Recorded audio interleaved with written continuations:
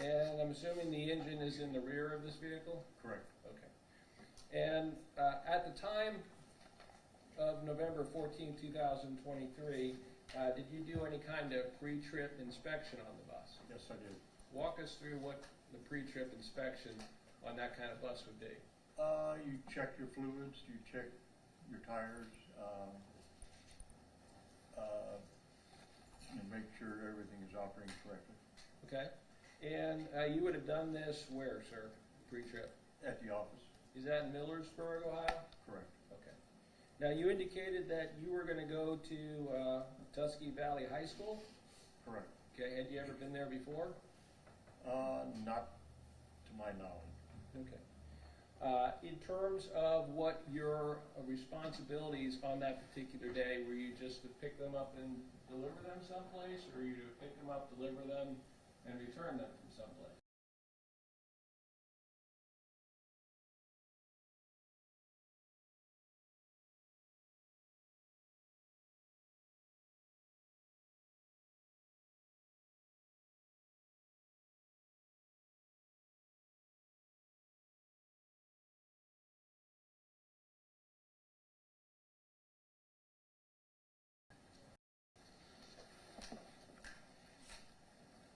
Possible. Okay. And in terms of how many seats the bus has on it, available seats for passengers? 56. Okay. And does it have a bathroom? Correct. Okay. And in terms of cargo, was any cargo loaded onto the bus? Band instruments. Okay. And how did the band instruments get loaded on the bus? The students loaded in. Okay. Did you assign seats to anyone, or No, how? sir. Okay. You just stayed on the bus, or? I was off the bus until everybody was loaded, and then after the equipment was loaded, I got on the bus, and then once I was told I could leave, we left. Okay. And you indicated that every seat was full? As far as I can recollect. Okay. Do you know how long it took to load the bus?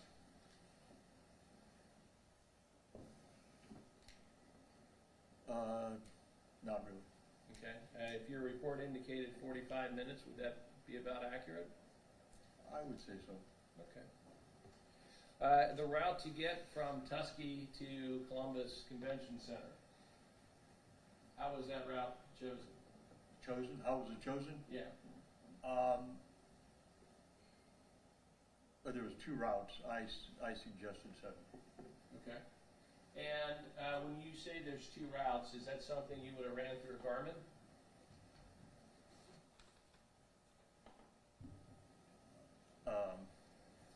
I could have ran it through Garmin, correct. Okay. Was there a Garmin unit in the vehicle? Correct. Okay. And you're familiar with, I'm assuming 70 West? Correct. Okay. My understanding is the route was State Route 212 to Interstate 77 South, then the Interstate 70 West. Correct. That sounds right? Okay. How would you describe the traffic conditions in that morning? Medium. Okay, what do you mean by medium? Well, it wasn't heavy. It was standard traffic until, I got to 70. Okay, and when you got on 70, how was traffic?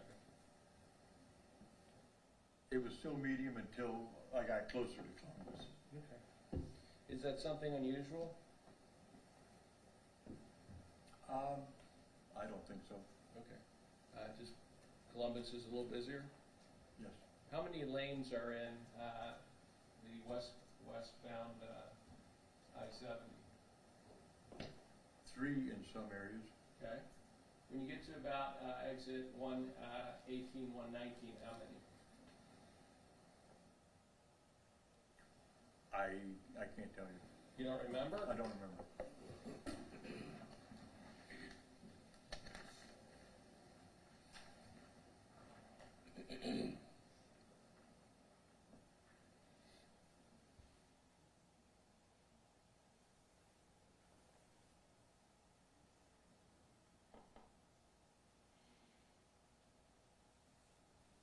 sir, I'm gonna show you what's been marked, State's Exhibit 26A.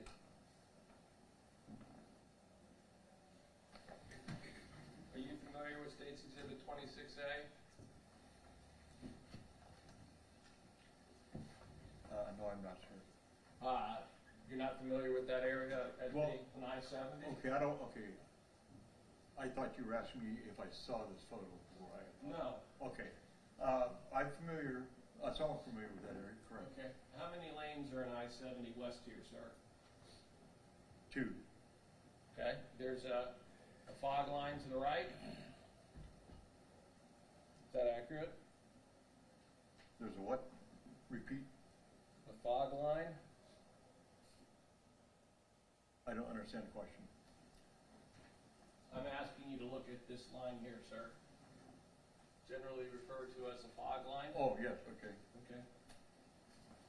And it looks like the center is in a zipper pattern. The center edge of the right lane. Correct. Okay. And sir, in terms of this roadway, I'm showing you by what is exit 118, the Etna-Pataskala. This is ultimately where the impact crash occurred. Okay. Does that sound about right? Correct. Okay.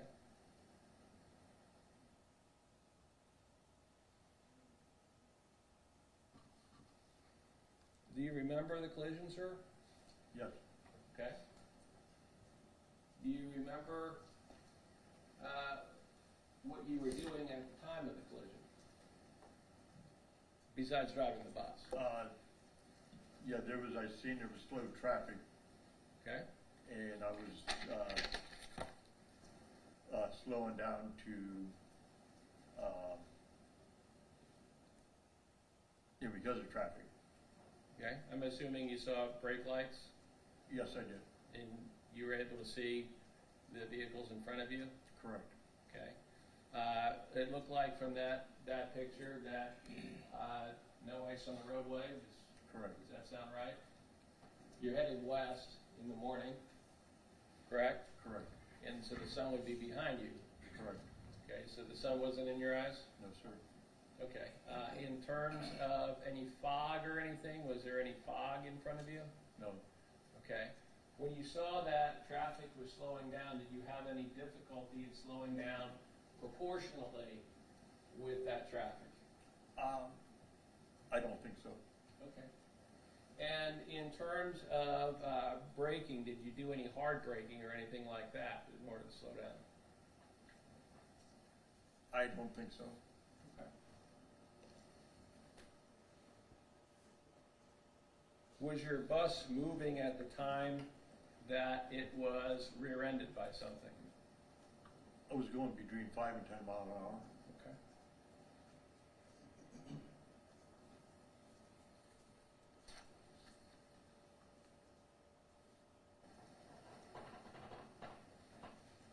And I'm curious about how certain you are about that, sir. Was your Garmin unit active at the time? Yes, it was. Okay. If that had your speed,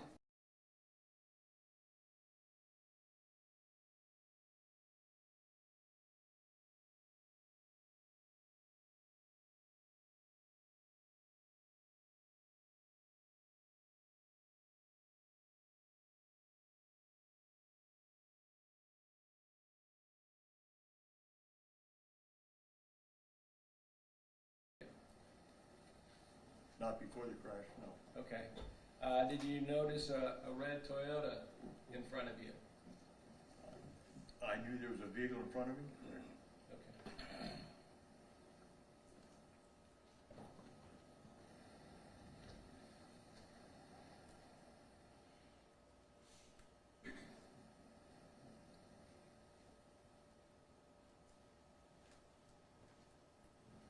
Did you notice any vehicles behind you? There was a vehicle following me from the school. Okay. And would that be a 2015 silver Nissan Murano? I do not know, sir. I don't know vehicles' ages or But you know that there was a school vehicle. There was a school vehicle following me, correct. Do you remember what color it was? I think it was silver. Okay. Was that vehicle tailgating you or anything? If you know. I don't know, sir. Okay. You weren't watching? I knew there was a vehicle following me. I wasn't really paying attention to the vehicle that was behind me more than I was watching for the traffic in front of me. Okay.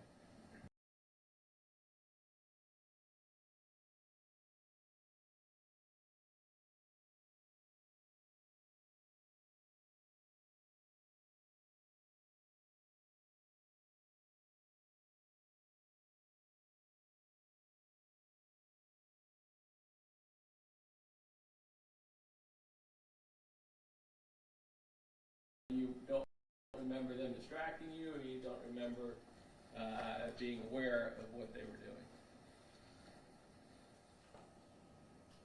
Okay, rephrase that again. Sure. I mean, were they a factor in anything you were doing when driving the bus? No, sir. Okay, so none of their conduct in any way altered or influenced anything you were doing as the bus driver? That is correct. Okay.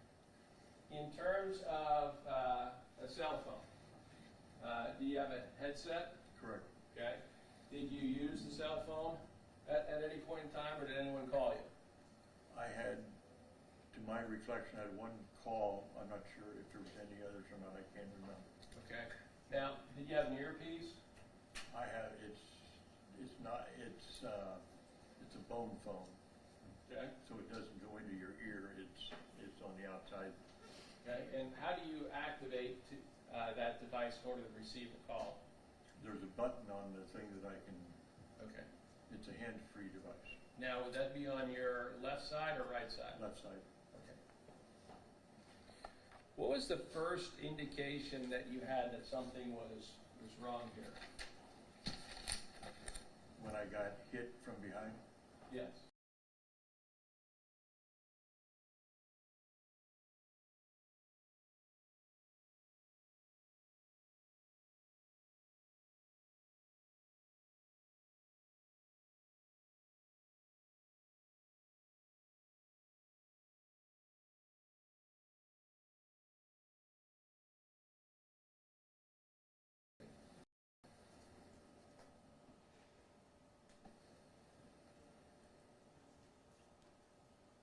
I think so.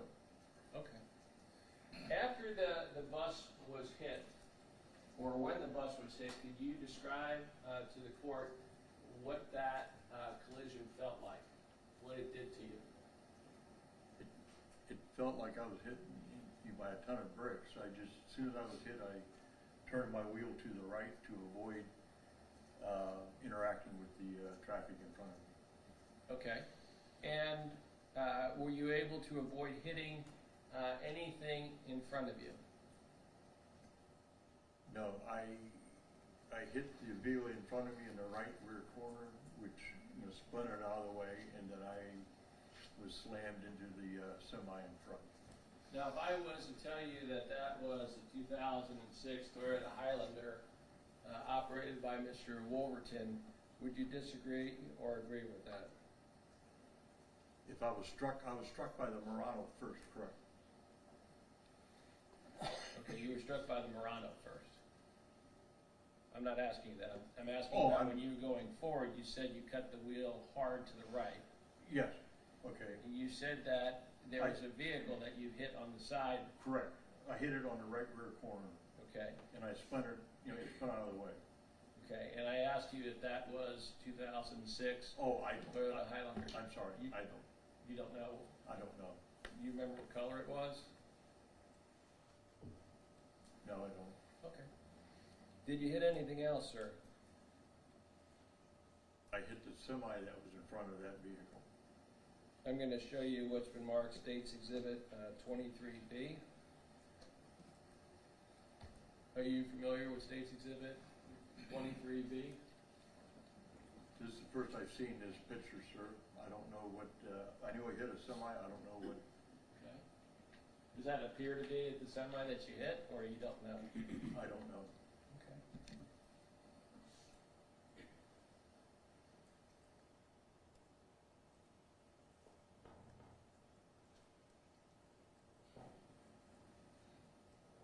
you remember what side of the bus hit? Left side. Okay. I'm going to show you what's been marked Exhibit 24A. Are you familiar with State's Exhibit 24A? This is the first I've seen this picture, but that looks about correct, sir. Well, this is a manhole bus, right? Correct. And I'm showing you with the marker right underneath says manhole. This appears to be the driver's position here, so this would be the left side of the bus. Correct. So does that appear to be the bus that you were driving? Correct. Okay, and is that the area of the bus that would have hit the semi? Correct. Okay, is that the area of the bus that also would have hit this other vehicle in the background here? This vehicle here, if you know. Correct.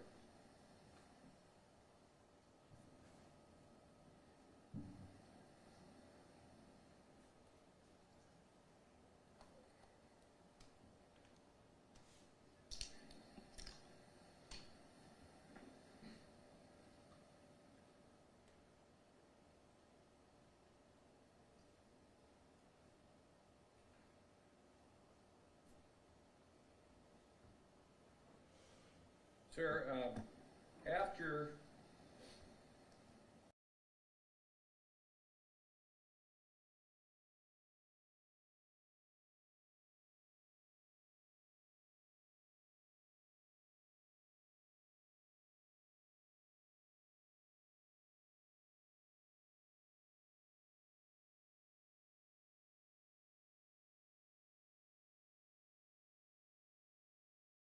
that you described, was the engine on the bus still functional? No.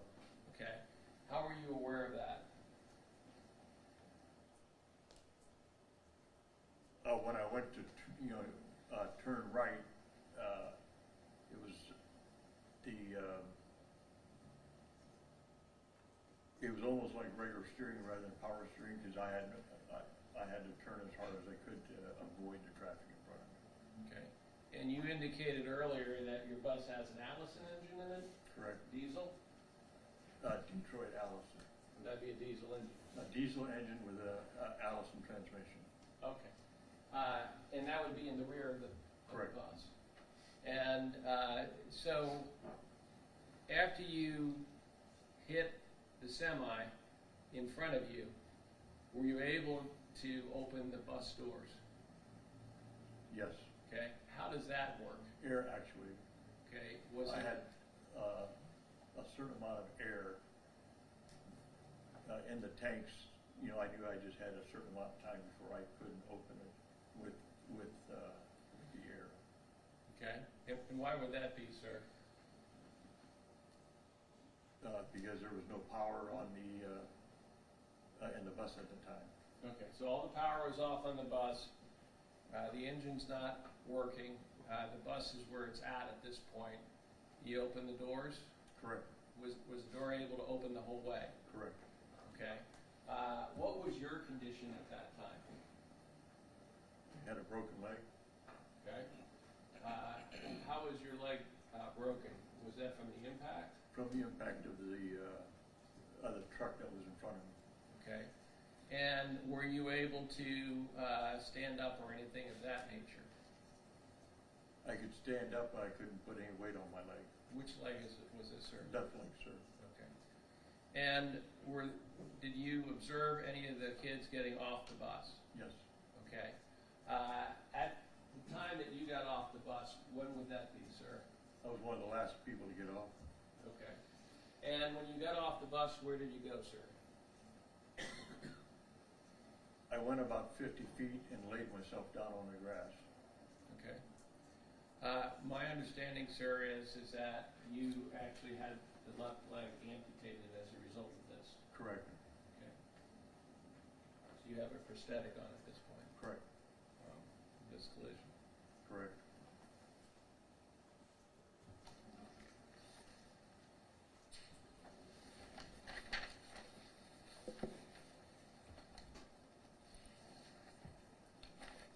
At some some point in time, did one of the passengers give you a pair of crutches? Correct. When one of the students offered me her crutches for me to enable me to leave the coach.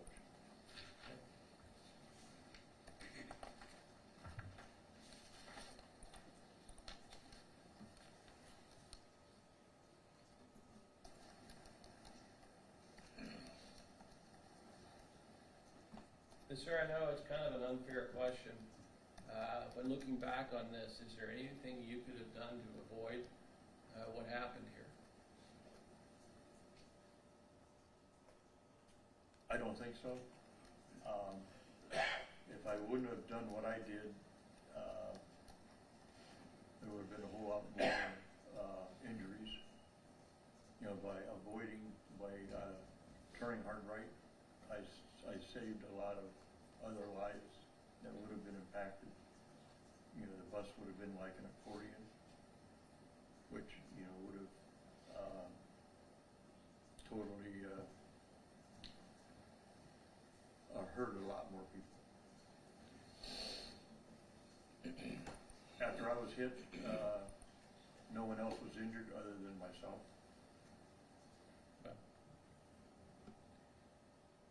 Sir, actually a bunch of people were injured, I'm sorry? a bunch of people actually were injured. And After the initial impact? I don't know, after the initial impact. Yeah, well, that's what I was saying. So I want to show you what's been marked State's Exhibit number 22.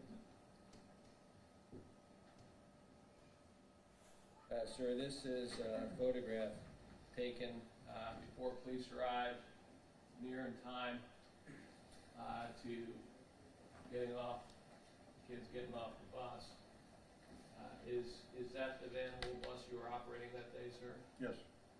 It looks like it was largely intact, the bus that is, at this particular time, prior to it catching on fire. Does that seem accurate? Correct. Okay. It also looks like the semi is lifted up and off on the passenger side, off the ground into the bus. Were you able to see that, sir? After you got off the bus? No, sir. Okay. Thank you, sir. I have no further questions. Cross.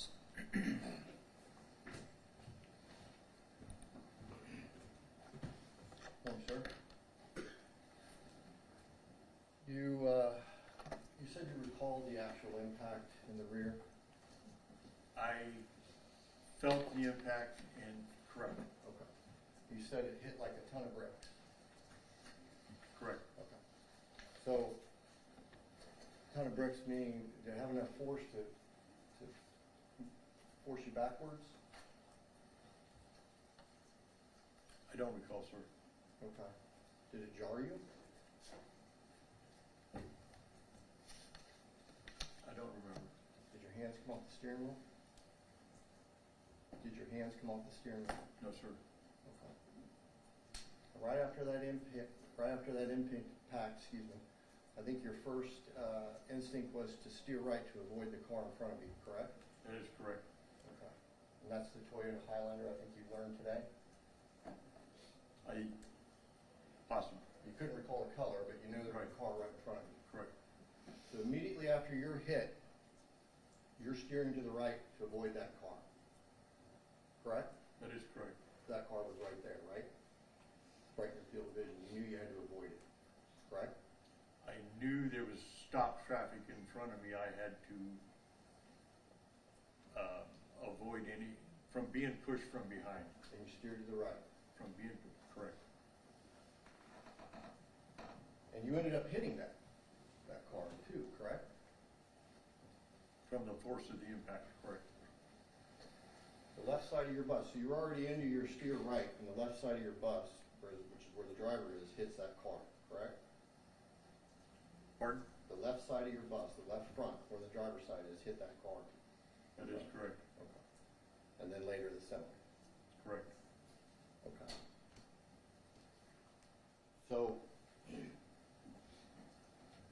testified earlier, you don't remember whether or not you applied your brakes? I didn't say that, sir. What did you say? I said I don't remember. You don't remember, okay. Is it possible that you had a hard braking event and steered to the right to avoid that car in front of you? Possible.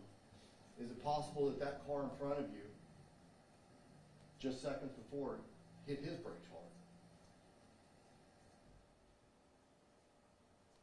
I don't know, sir. Is it possible that you were avoiding a collision with the car in front of you by braking hard and steering to the right, and then you were impacted in the rear? No, sir. That's not possible. That's not possible. Is it possible that you had an aggressive braking and steered to the right prior to impact? No, sir. That's not possible. No, sir. Would it surprise you if multiple students have said that you had a hard braking event and steered to the right? Not before the accident. Would it surprise you that if an individual testified here who was studying for his master's, and he was so engrossed in his master's study that the aggressive braking caused him to look up? Would that surprise you?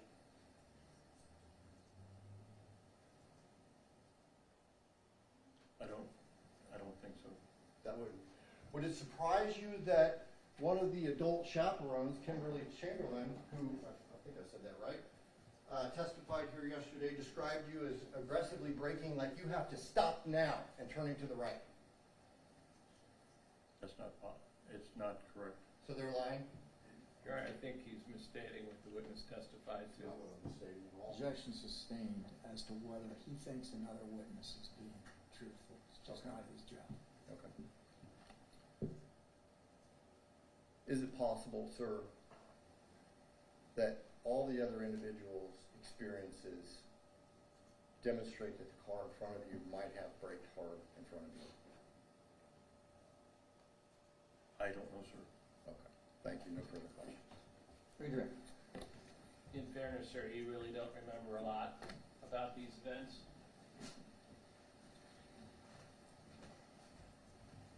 I don't, I experienced the impact, and after that, I don't really know exactly what all transpired. Okay. Well, that was after you turned, in terms of getting out, or what part don't you remember?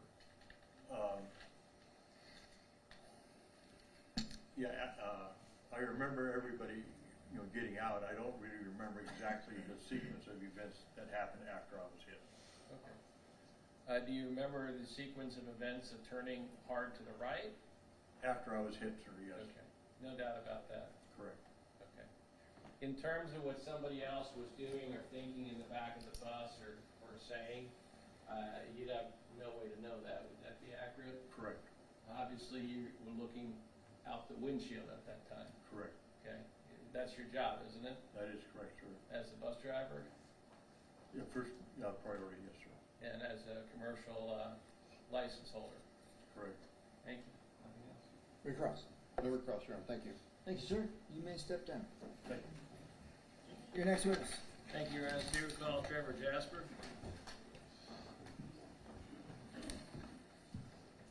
Thank you, sir.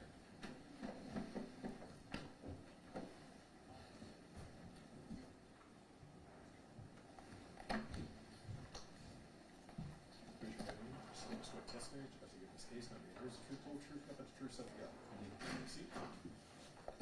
Trooper, can you state your full name, spare last name, please, for the record? Trevor Jasper, Jasper. Take truth. You may inquire. Thank you. Good morning. Good morning. Sir, where are you employed at? The Ohio State Highway Patrol, And how long have you been employed there? coming up on 10 years. And sir, what was your training in order to become an Ohio State Highway Patrol trooper? Training includes going through the training academy, 5-6 months worth of training at the academy where you learn the basics of traffic enforcement, safety on the road, what it means to be a state trooper. And how long were you just a trooper? I was at the Batavia post for just over 3 years. Okay. And at any point in time, sir, did you seek or obtain additional training? I did, yeah. Further training at the Training Academy for crash investigation. Okay. In terms of crash investigation, what would that consist of? It's a building course, intermediate, technical, crash reconstruction level courses. They build on the basics of what we learn in the academy, give more insight and more tools and knowledge on investigating crashes. Okay. And when did you have that course? Those courses would have been in 2017. Okay. Do you have any specialized training? Yes, crash reconstruction, I would say, is sort of that first large-scale class to get into the world of crash reconstruction, and then from there are additional courses specific to, say, pedestrian collisions, commercial collisions, motorcycle enforcement collisions, and event data recorders. There's a whole world out there for specialized courses. Okay. And you have training as well in those areas? Yes. Okay. What about unmanned aircraft or drones? Yes, I'm a licensed FAA commercial unmanned aerial vehicle pilot. And why do you have that, sir, for your job? We have UAVs on the job for data collection, for evidence collection, and then to comply with FAA regulations, we are licensed pilots for that. Okay. And, sir, do you have any teaching experience? I do. Some teaching experience at the academy for basic, intermediate, technical level courses. Okay. May we approach, Your Honor? Sure.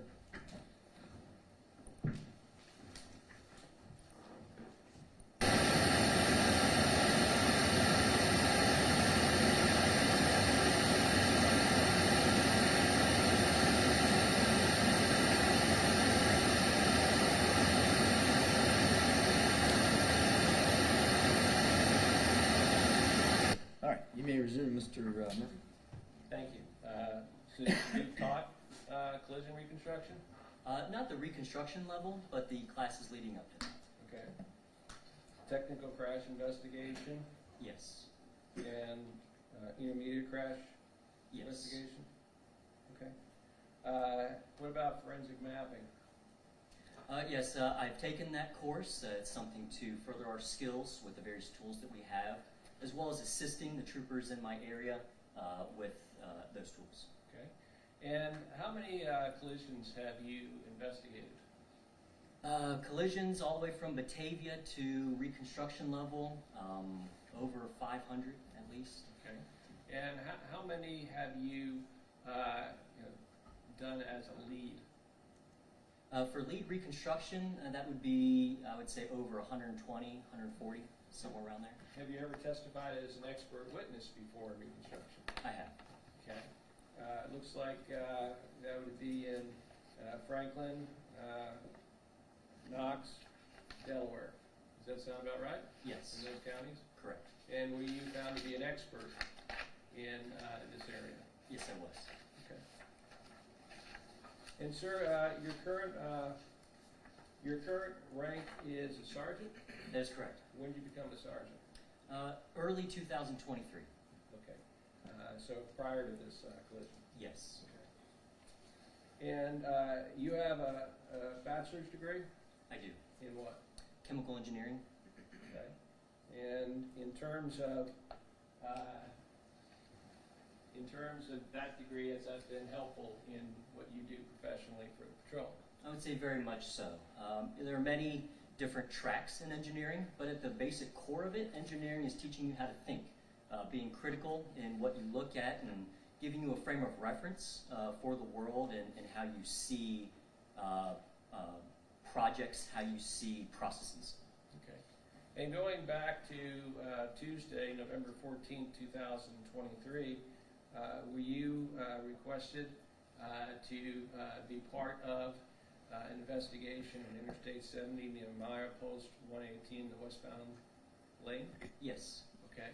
And sir, how were you contacted for that? I was contacted at my residence by my supervisor at the time, Staff Lieutenant Kin.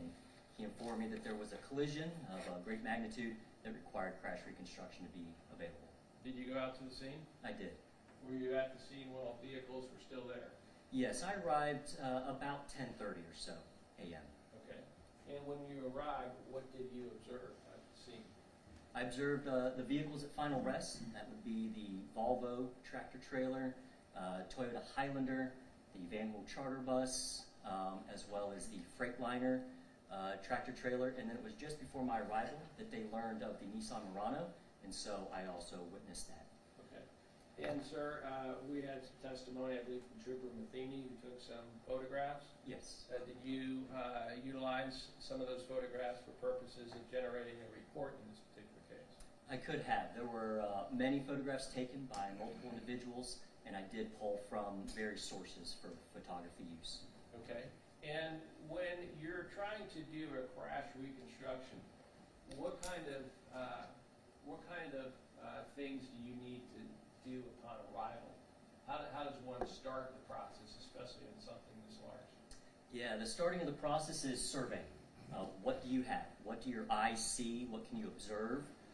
And then from there, documenting that in various forms. Photography, mapping, it can be as basic as taking a tape measure out and taking measurements. Total station, that's more of a survey device. UAV, taking photographs from above, documenting that evidence that you observe. Okay. In terms of the collection of videos that may be at or in the area, is that something that you'd be looking to obtain as well? Yes, especially in our modern era, we're always looking for videos, whether it's out on the interstate, ODOT, or businesses, personal use, cameras and vehicles or handheld, cell phones, anything that we think could be a benefit. Okay. And during the course of your investigation, is that what you did in order to formulate a report in this particular case? I did.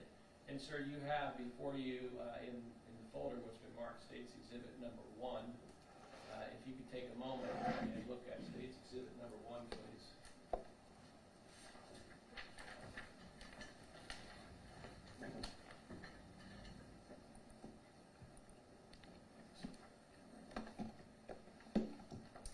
Yes, this would be my crash reconstruction report.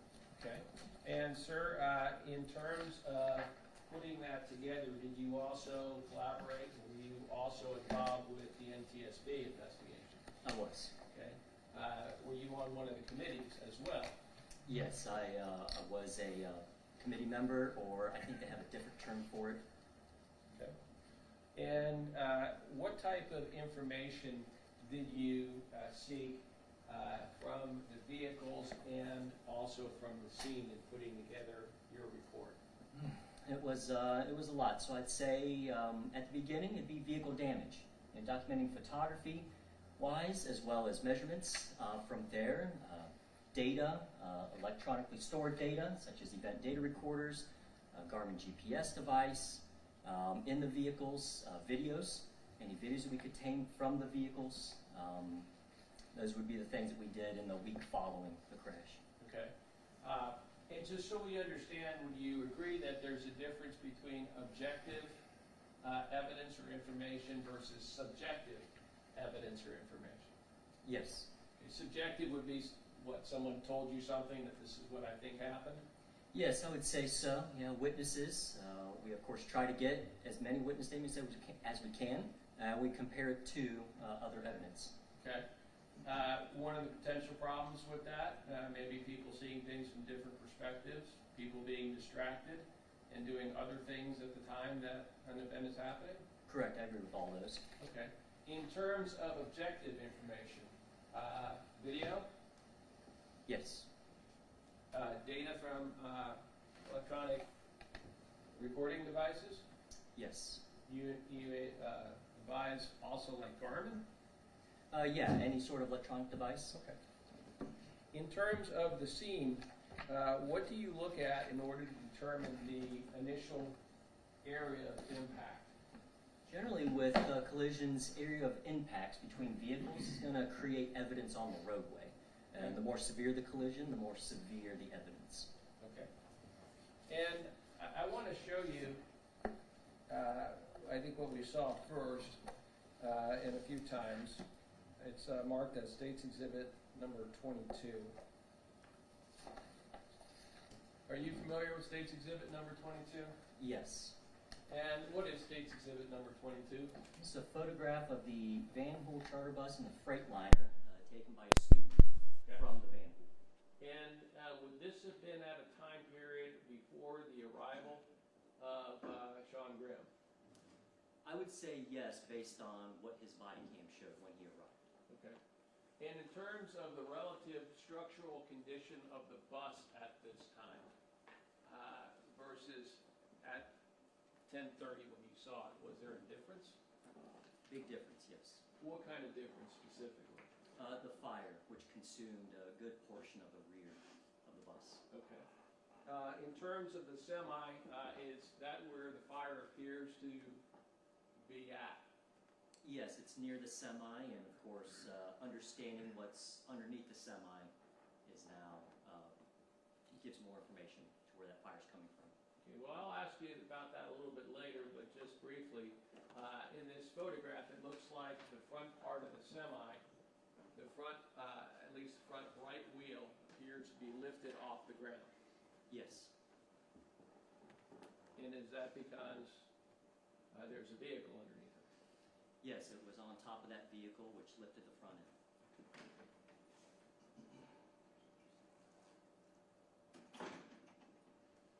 You remember the testimony of the Volvo driver? Yes, Okay. Is that one of the videos that you recovered as well? it was. It's marked as State's Exhibit number 5. And there's a couple things on this that I want to talk about. What can be seen in the passenger front rear view Yes. window. So let me just play this real quick. Oh, and let watch it crash.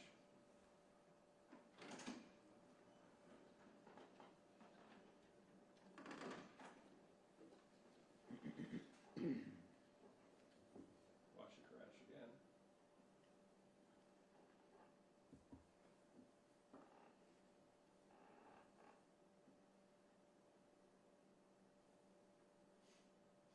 Watch it crash yet again.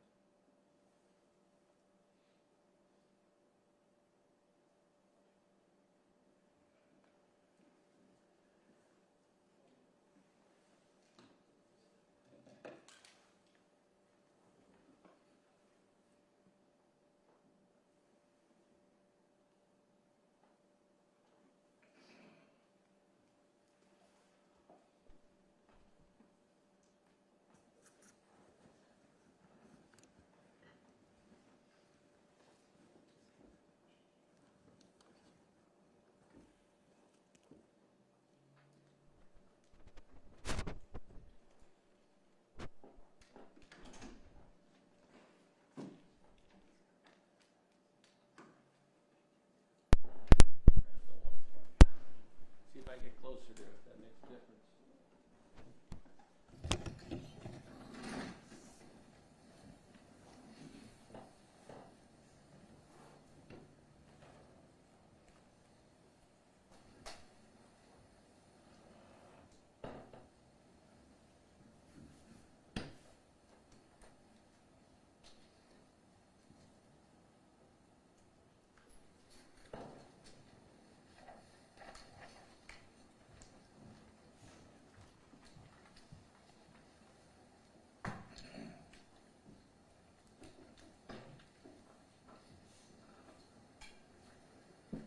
Okay, looking at State's Exhibit number 5, and I'd like to direct your attention specifically to traffic as well as the right rearward facing, and I circled it here, rear view mirror. And I want you to tell me what you see in that.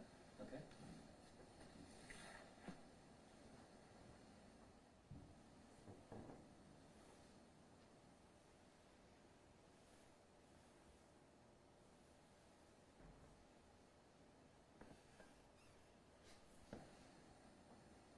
Coming up, there's a shadow, and then you see the collision, fireball. You can see a portion of the Van Hool headlights in that mirror. Okay.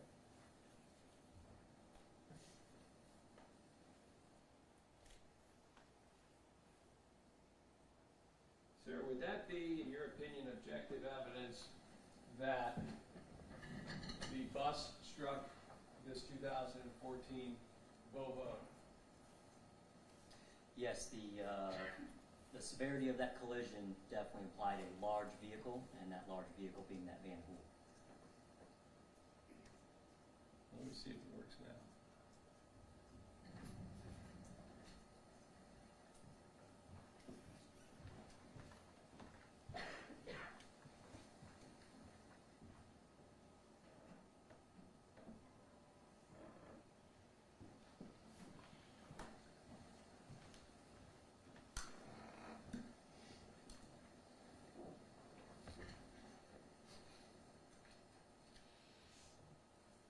Okay, well, the circle's still there, but I'm not gonna mess with it. Showing you what's been marked State's Exhibit number 23A. What is State's Exhibit 23A? This is the Volvo truck tractor that was in the lead of all the vehicles. Okay, this is the actual semi, State's Exhibit number 5 that we were looking at. Yes, with the video.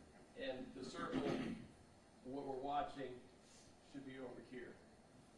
Yes, the right mirror off the hood. Okay.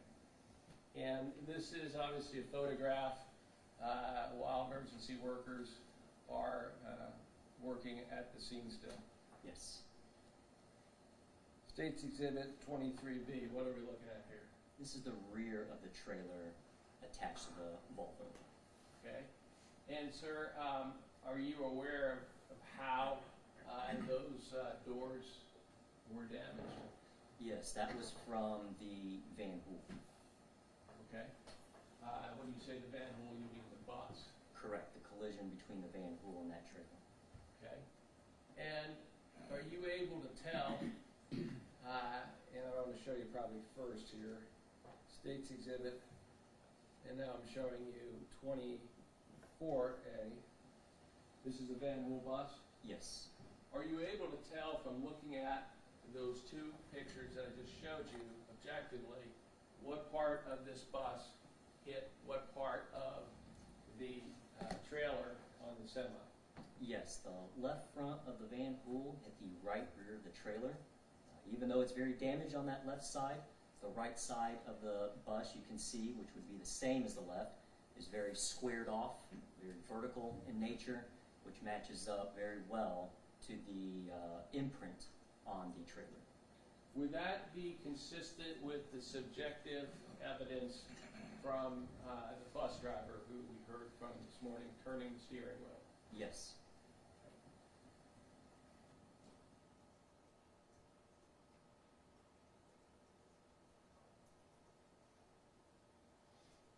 I'm showing you State's Exhibit. It is, looks like 23C. And this is a side view of this Yes. Volvo semi again. So this is a pretty significant impact. Yeah, it pushed in pretty well.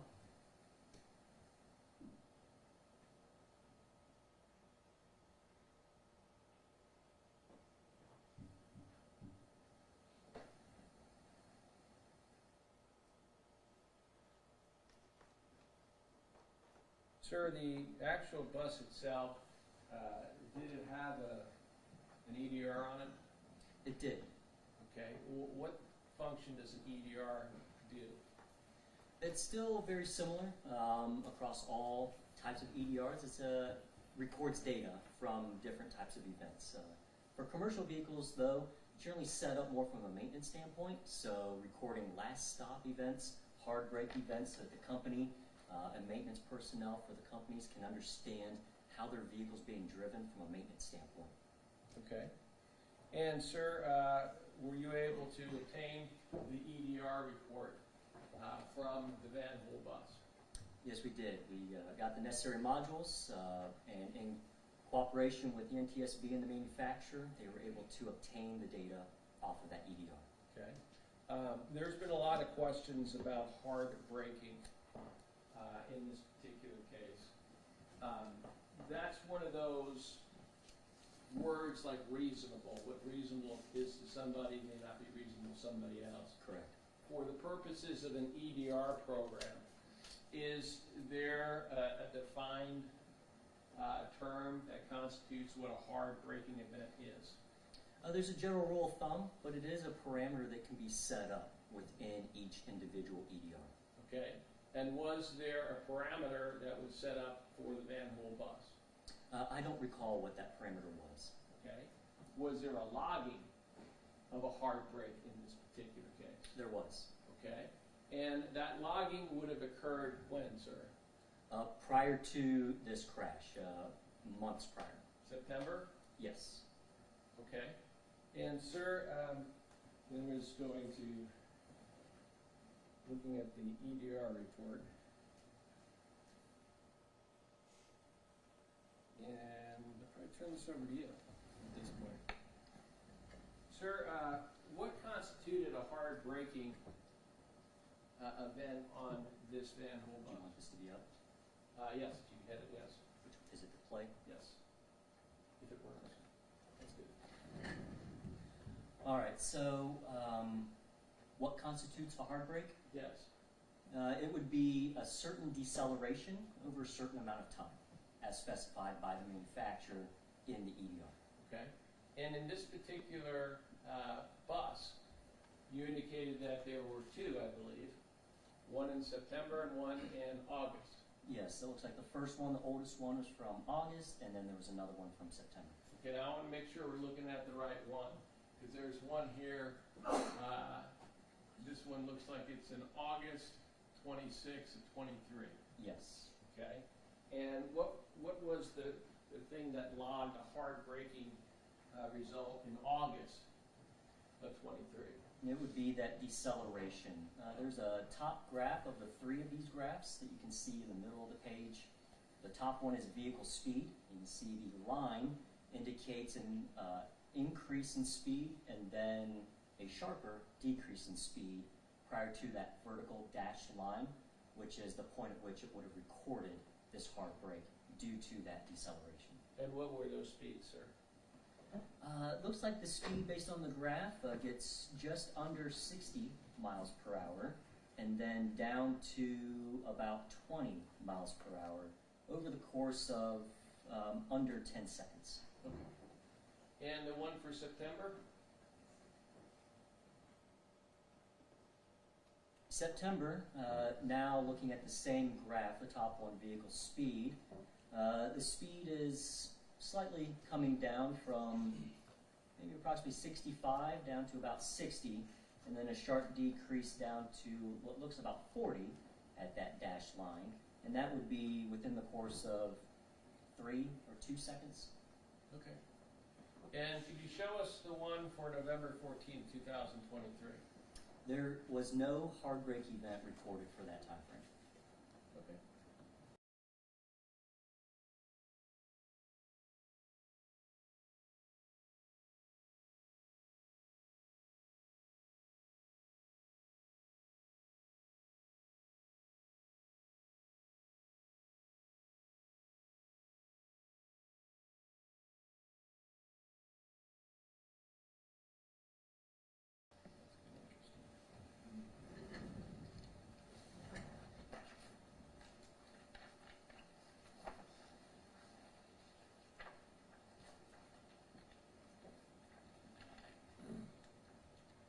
We were able to obtain from the Van Hole bus Garmin speed for this bus at a specific time.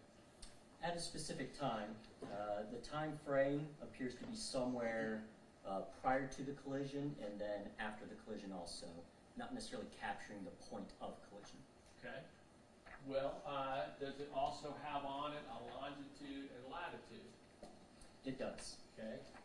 And so the longitude and latitude in this particular case, does it line up to a specific defined area that you had within the crash scene event? It does. It lines up very well with that area of impact. And that would be area of impact number 1? Correct. Okay. And those speeds were at a specific time? Yes. And this would be for the bus? Yes. And it looks like this is at unified time? Yeah, the 13.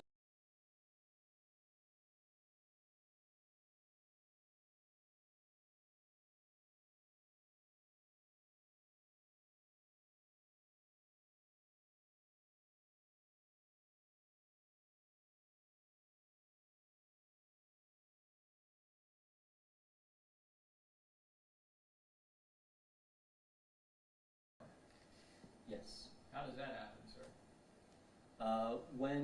Well, due to acceleration from the vehicle to the vehicle, and then based on the other evidence, due to a collision. Okay. In terms of, and I apologize because I think it's on permanent play now. Going to your report in terms of, I'm going to pull up the page here, the area, and I'm looking for area number 1.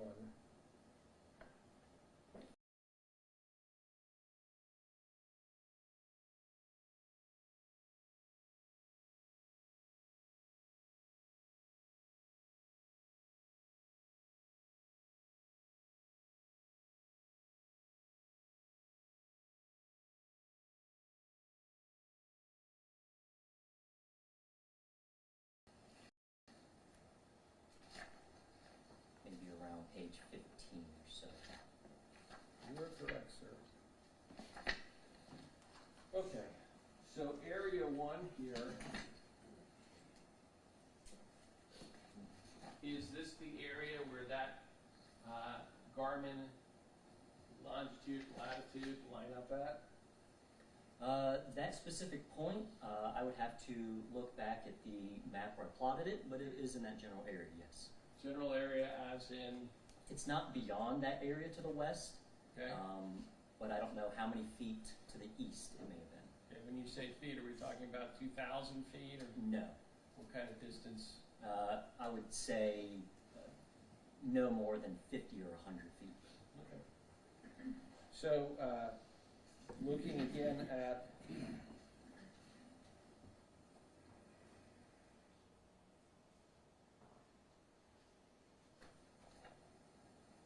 going back to page 40 then of your report, looking again at these numbers here, we also then have a deceleration further beyond this point. Yes. What would that be, sir? From the 43 mile per hour data point, the deceleration is now, the Van Hool was not experiencing this acceleration due to its own power and continuing on, it was due to the collision. Therefore, it received an acceleration and then started to decelerate right away after that. Just so I understand, what you're saying here is that it was going 25, and then some other force accelerated it to 43, Correct. okay? And again, just so I'm following along, those longitude and latitude coordinates are in that box that are on page 15 of your report. Yes, they are right around there. Okay. And when you say that the bus would accelerate without being under power, how does that happen? Accelerate, not being under power Yeah. because of the external force from behind. Okay. In this particular case, would that be the collision combination of the Nissan Murano and the defendant's Freightliner vehicle? Yes.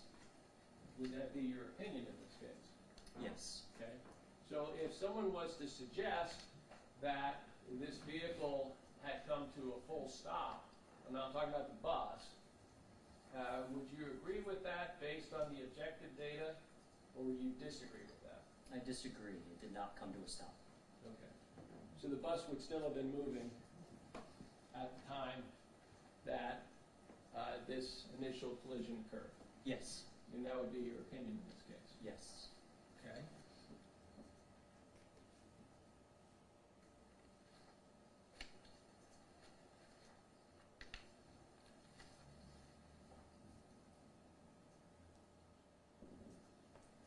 I want to show you what's been marked It looks like we're at State's Exhibit number 25, and this would be 25A. What are we looking at in State's Exhibit 25A? It's a photograph facing westbound in the right lane prior to the start of that Area 1, first sign of evidence.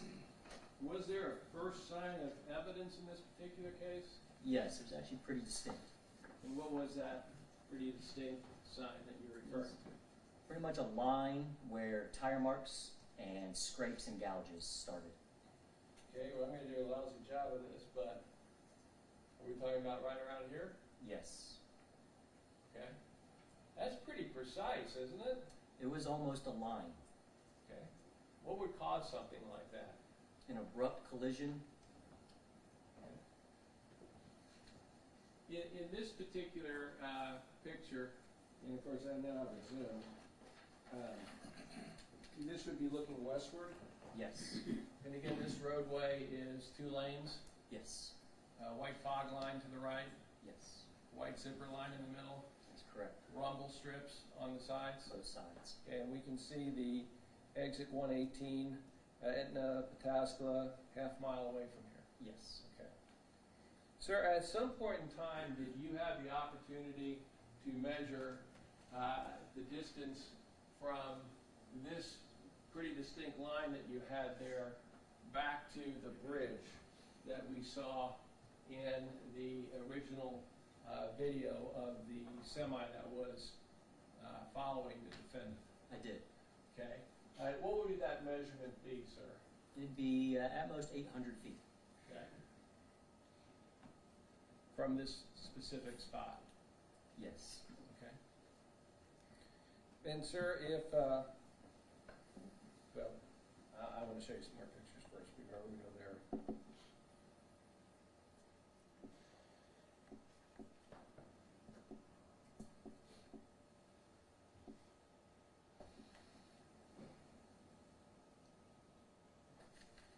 Looking at 25B.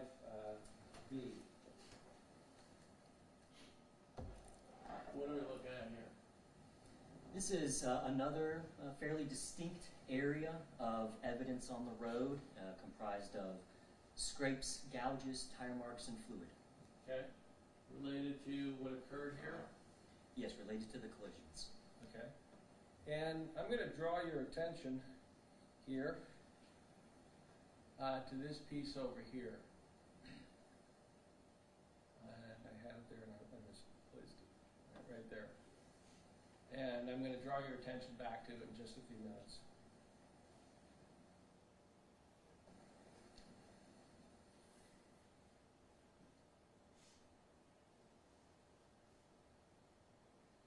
What are we looking at on 26C? That's another photo of that right lane, further west from the previous photo, taken from the side, not facing west. This is more facing north, and you can see more evidence on the roadway: scrapes, gouges, paint transfer, fluid. Looks like there's a piece of a vehicle in the middle of the roadway. Yes. Okay. And that's the sign on the far left It up is. here that we were talking about, and again referencing this piece here. Yes. Okay. I want to show you what's been marked State's Exhibit 26C1. Are you familiar with State's Exhibit 26C1? Yes. What is State's Exhibit 26C1? It's like a photo of a body panel from a vehicle. It has number 315 on it. Is that the same body panel that we were looking at in 26C by the sign? Yes. Now, you were present for testimony here yesterday, Yes. and were you present for when we were discussing the ELD of the defendant in this particular case? Yes. And were you present when there was a number that was assigned to him? Yes, I was. And what was that number, sir? It was 315.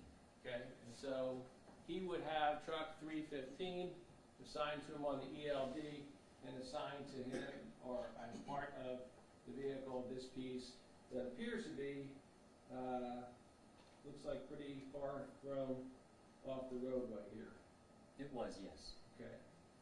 Do you remember watching a video of a truck that was following the defendant? I do. You remember testimony that was solicited about seeing an object falling off? Yes. In your opinion, sir, is that object? It does look just like it.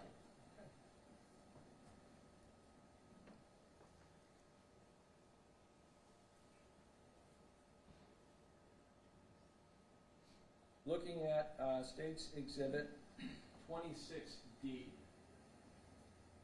what are we seeing in 26D? Photo of the scene taken from the left lane. This is capturing a little bit more of an overall take.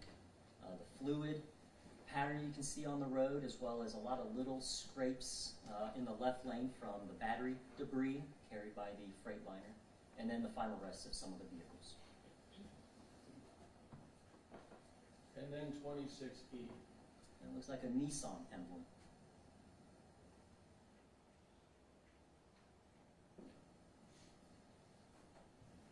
Was there a Nissan vehicle, sir, that was involved in this collision? Yes, there was. And was that the 2015 Nissan Murano that was being operated by the chaperones following the bus? Yes.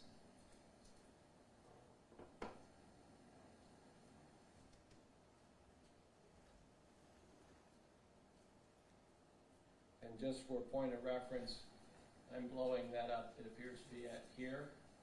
I'm now looking at State's Exhibit 26D.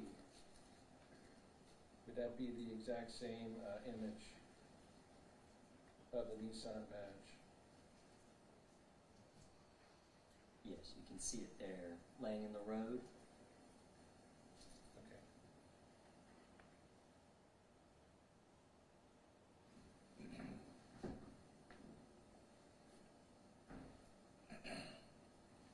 (26F).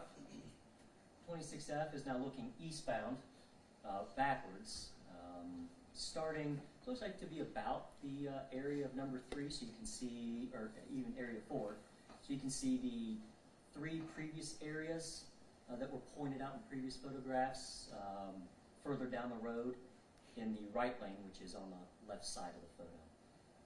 Okay, we can see the grass line as well. Yes. And in the distance, we can see the bridge. Yes. Is that the bridge you were referencing was approximately 800 feet away from the clear line that was in the roadway Yes. of first contact? That's correct.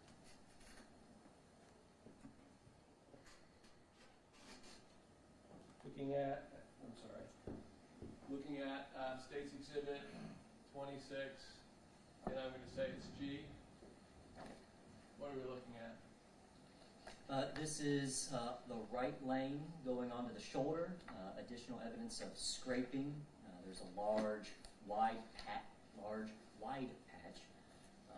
of what looks like silver paint applied to the pavement, as well as the fluid to the left of that, and some other scrapes and gouges. And then this is the first point, I believe, around the point where biological matter begins to be deposited on the ground. And this would be the same color paint for the 2015 Nissan. Yes. Looking back at that location,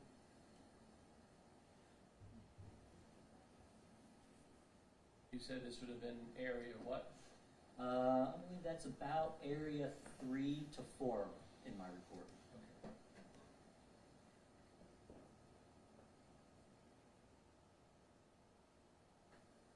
State's Exhibit H, 26H. Yes, looks like we're progressing eastbound from the previous photos through that evidence. More scrapes on the road. Yes. What kind of scrapes are we talking about? Are these light or are these? Some are light, some appear to be more sheet metal on pavement. That would be the wider, more silvery colored patch. And then the very distinct, I would say, is to the right of that visually. That very white looking gouge would be a deeper gouge. The dark colored material that's on the roadway in the right-hand lane, What does that appear to be, sir?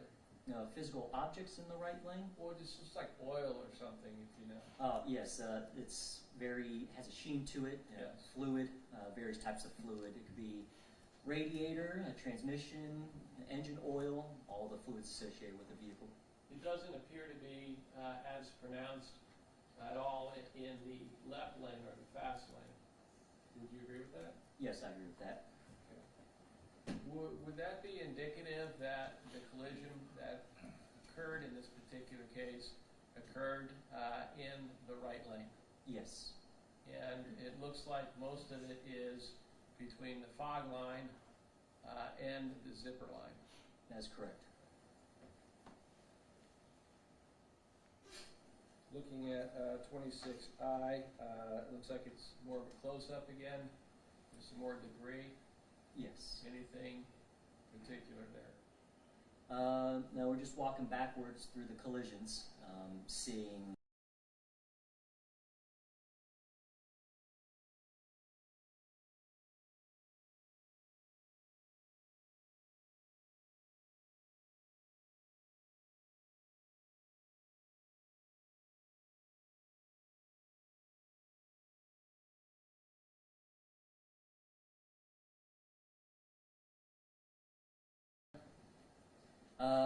this should be somewhere between 2 and 3, those two areas that I point out.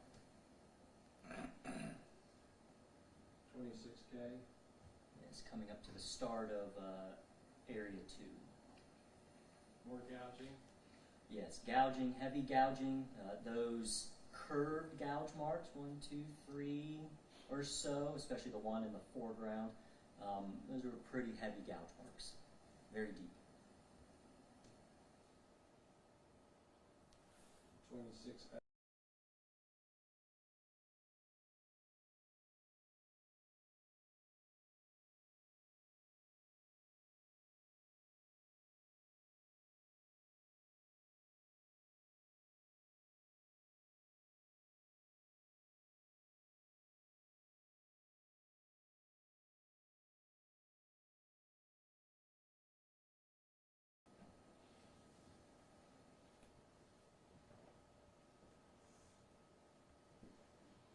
Sir, after the initial impact of the Freightliner with the 2015 Murano,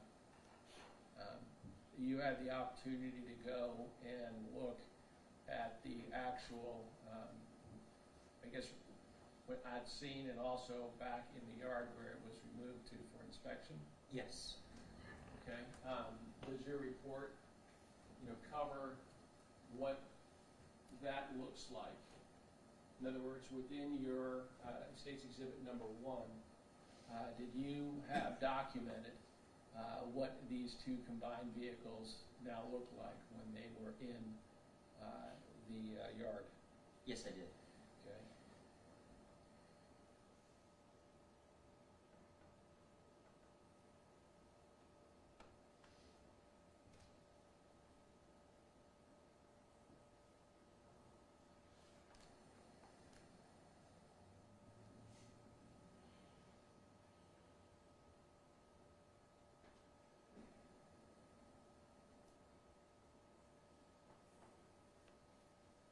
Those were all the photos of at the tow yard.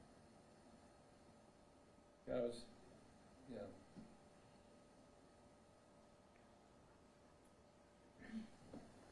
So they're at the front then? Yes, after this section, if you continue forward. This way? Yes, so that's all the scene documentation. And those are the vehicles at the scene, Okay. as well as a mixture of tow yard. Okay, these are scans, actually. Yes, this is a composite, I would say it's a 3D scan, a 3D point cloud, taken from the photographs that were captured on scene. And this is another from page 24. These would be at the yard. This was at the scene, Oh, and this was capturing the various angles of the Nissan and attempting to identify the different sides of the Nissan. Okay, looking at photo number A, when you have the roof rear hatch, what are you referring to? That goes all the way from the rear hatch of the vehicle, so the tailgate, Which vehicle? the Nissan. Okay, it looks like it's actually in the bus or? Correct. It was sitting on top of the Freightliner and bus. Okay. And when you have the undercarriage circled, again, looking at A, Yes, so I circled the entirety of the Nissan and then marked what would be the front, the undercarriage, and the rear. that's the whole car? Yes, best to explain, it was folded up where the front, the hood, essentially was touching the top of the rear. So it was folded up like a burrito. So looking at D, D, yes, is a little bit different angle, showing the undercarriage that was visible on top, and then the rear of the vehicle, which was actually down toward the pavement. so part of this Nissan actually went into the bus? Yeah, so the Freightliner took the top of the Nissan off, all the way from the rear hatch, C-pillar, B-pillar, A-pillar, and the whole roof, and then put it up into the back of the bus. And that's when it, and then it was on top of it? Yeah, so the initial impact where the Freightliner struck the rear of the Nissan started that whole sequence. Then definitely by the time it struck the back of the bus, it started to interact even more, going on top of the Nissan, severing the roof and the rear hatch, and then rolling on top of the Nissan, rolling it up into that folded manner.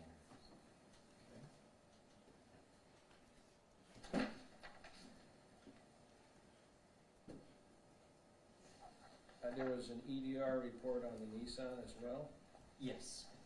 And, sir, was there any speed calculation that was done for the Nissan? Yes, there was. And, sir, walk us through what speed calculation was done for the Nissan. Now, the speed calculation that was done for the Nissan, first off, is verifying the data appears to be related to the incident.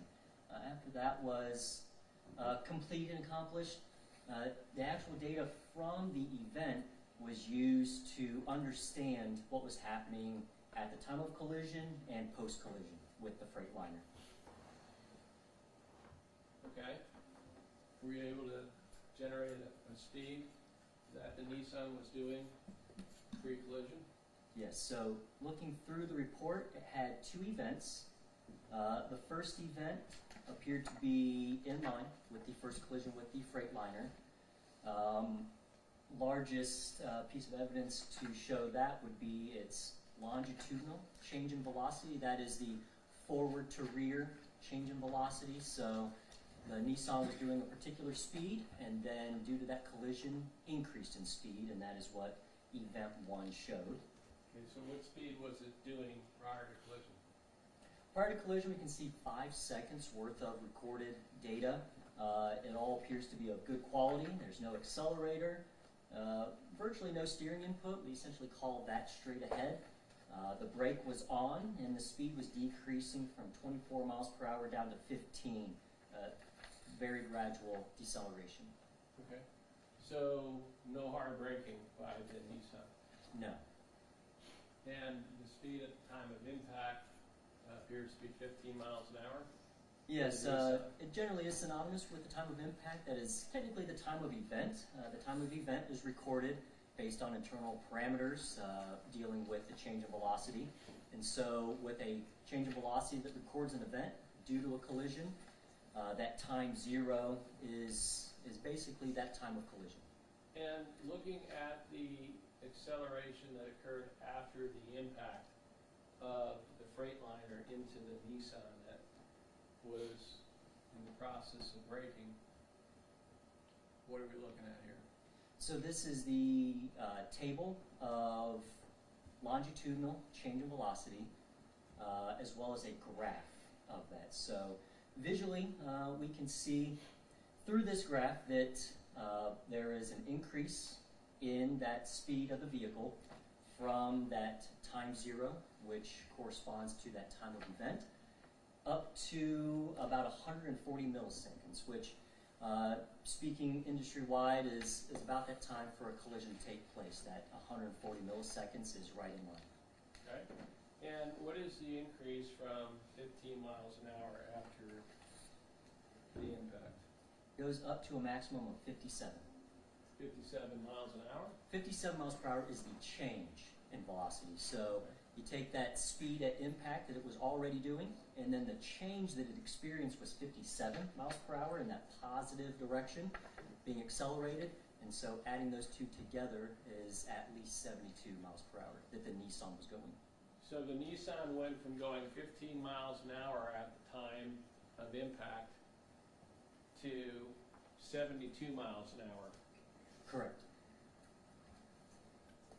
In terms of what would be necessary in order to do that or make that type of dramatic change, walk us through those events. Well, in this case, it's actually fairly simple. I mean, this is basic physics that maybe we've all had in high school or college, or applying that then to vehicle dynamics. Conservation momentum. You have a vehicle, an object, striking another object. That momentum is conserved. The energy that is transferred goes from one to another. And so in order for the Nissan to get accelerated up to 72 miles per hour, the vehicle striking it would have been doing essentially that, if not more, due to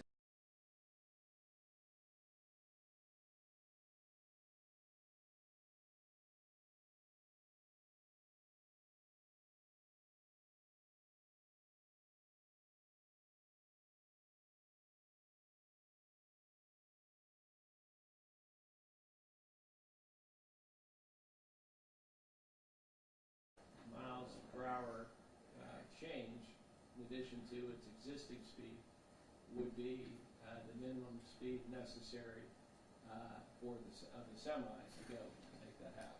That's correct. We might all know it as the equal and opposite reaction. Can't put a smaller input and get a larger output. No, we're still doing it. Okay, in terms of the actual collision that occurred here, that we saw, this would have been the first collision, this wouldn't have been this next collision with the bus. Correct. It did store a second event, which appears to be in line with a collision to the front. Okay, just don't tell me it's simple math, but what are we looking at here? This is data from that second event. So a lot of the data here points to similarities with the previous event, showing that it was a part of essentially the same collision sequence. This wasn't another day, this wasn't a completely different time, this was a part of the same incident. However, now we see, and I can go to a different graph on this one.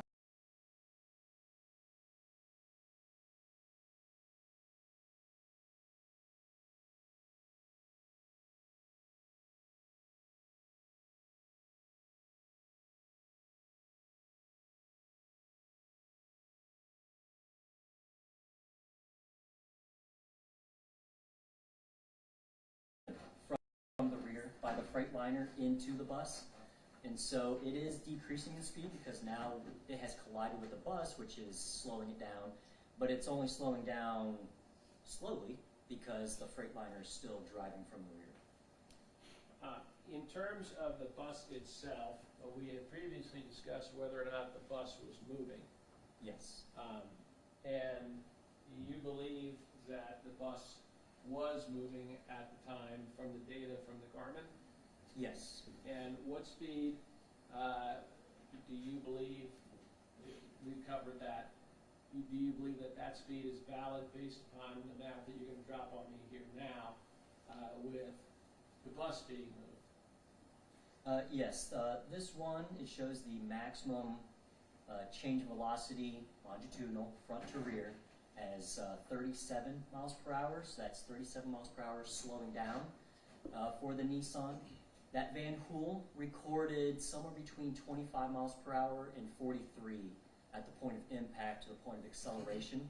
And so, again, given losses, things that can't really be accounted for, you have the Nissan slowing down by 30 some mile an hour and the bus increasing by 20 to 30 miles per hour. Okay, and that would be based upon the weight of the bus and the fact that it's a subsequent hit as opposed to a primary hit. Correct. Okay. So within a reasonable degree of certainty, within your field of expertise, are those numbers provided valid? Yes. Okay. In terms of the Volvo, was the Volvo semi moved at all? It was struck from the rear and I believe moved in an uncontrolled manner before the driver was able to bring it to a stop in a controlled manner. Okay.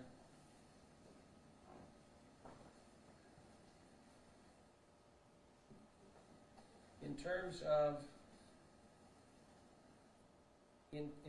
of looking back, can I steal that back from you? Thanks.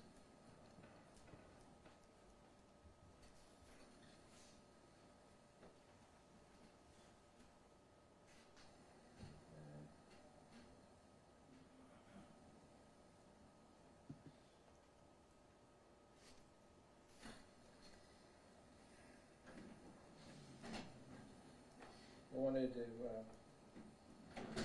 talk about State's Exhibit 25. Appears to be 25A, photograph of the Highlander that was there. Yes. Okay. Were you able to do a calculation on the speed of the Highlander after impact? I did not perform a calculation because at that point, so many vehicles involved in the interactions, it would be a wide range. Okay. In terms of the damage to the Highlander that we're looking at here, there appears to be batteries on the ground as well. Yes. And then 26B, it looks like was multiple points of contact on this vehicle. Yes, to the rear and the passenger side were the main areas of impact. In 26C, passenger side, Yeah. looks like there's also batteries underneath. Correct, yes. 26D, I want to draw your attention in 26E to the next photograph on the driver's front light, but that appears to be the front. Yes. And 26E, do we know what is on that headlight? That's the plastic is melting from the heat of the fire. Okay, so was that intense? Yes. And it looks like also there's some pallets on the side Yes. from the truck. The pallets which held the batteries. Okay. You were able to get a hold of the bill of lading for the batteries that were transported, Yes. and appeared to be, I believe the number was 24,663 pounds, give or take, weight of batteries. Sounds about right.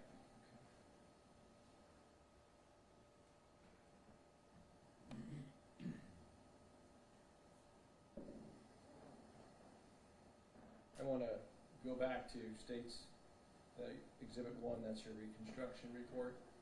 And I'm looking at page 3 in this particular report of yours. What are we seeing on page 3? This is the overall incident report and emergency response. This captures the first time stamp on communication about this incident up to sort of the close of new information, I would say. So picture A would be Trooper Sawyer and Trooper Grimm's response further west. Yes, at the previous crash scene. B would be Trooper Grimm's body cam.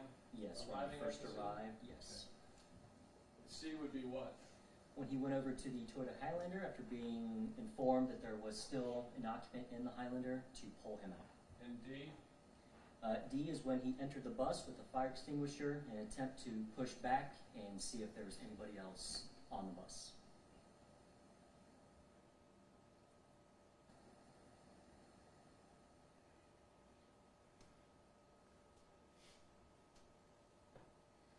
There were certain physical items collected from the Freightliner. Yes, Was one of them the steering box? it was. And what was the purpose of obtaining the steering box? Steering gearbox, manufacturer can take that, and because they designed it, they know all the parts that are inside.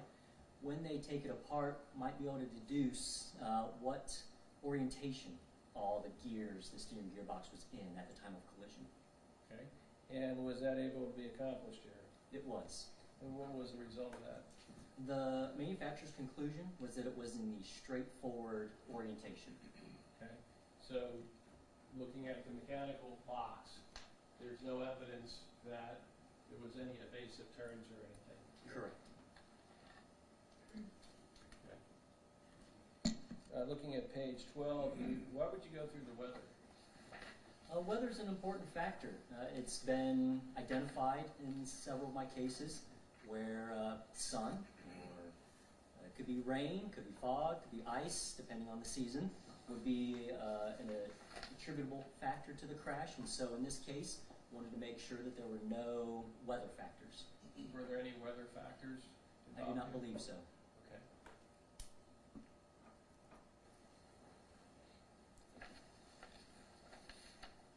I want to show you page 14.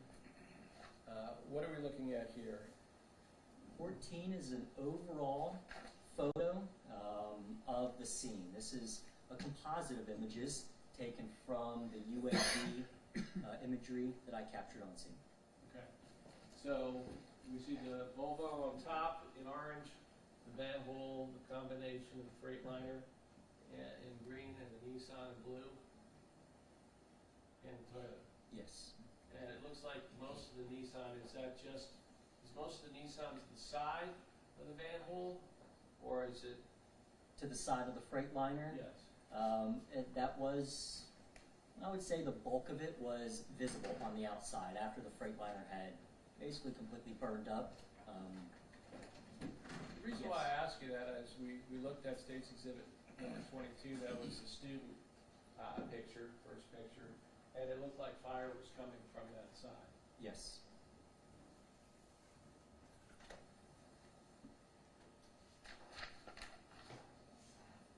I want to talk also about, it's page 14 of your report, and the areas that we were talking about.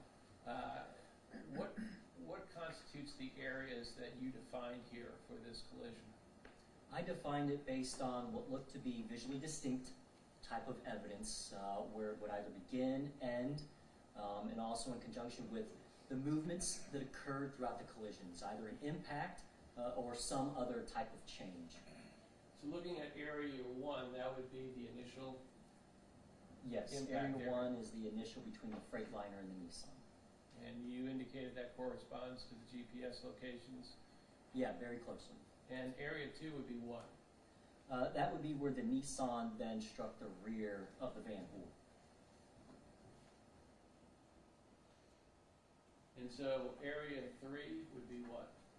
Area 3 is where the Nissan starts to get overturned, overridden by the Freightliner in a definitive way, where you can start to see the body panels from the Nissan scraping on the road, moving off to the right side, so no longer underneath the Freightliner fully, but starting to go off to the right side, and that would be the completion of 3.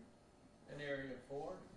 4 is then where the van hool would have started to interact and move off the road prior to and around the point of impact in the Toyota and the Volvo.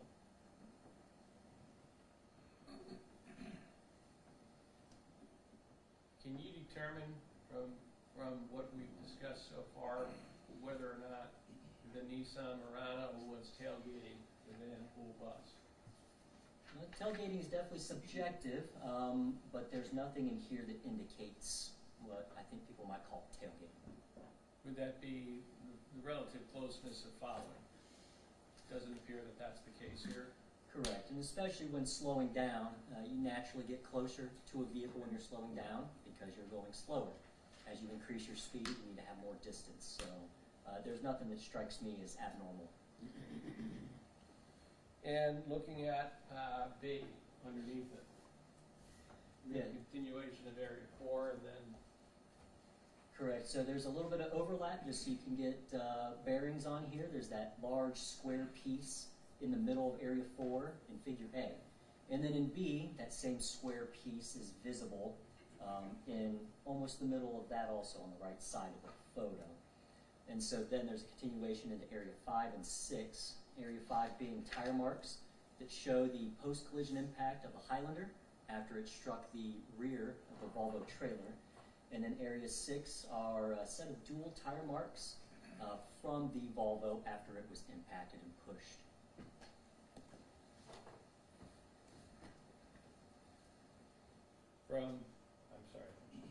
from this, are you able to tell whether or not the bus was tailgating the Volvo?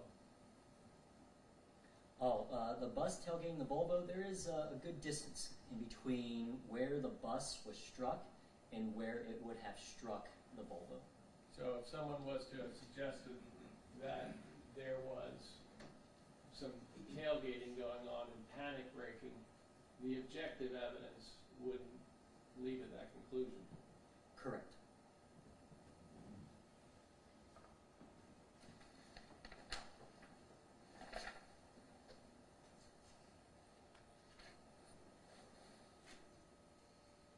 We're looking at page 19 here.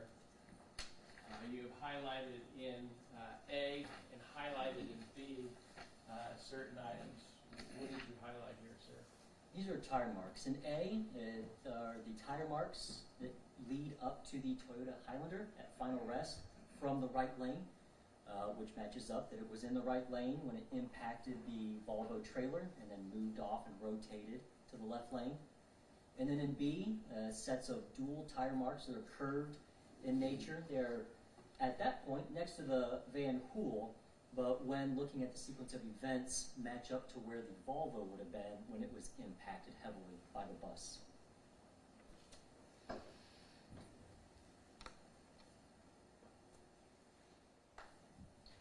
I want you to look at, we're looking at page 20, E. What is picture E showing us?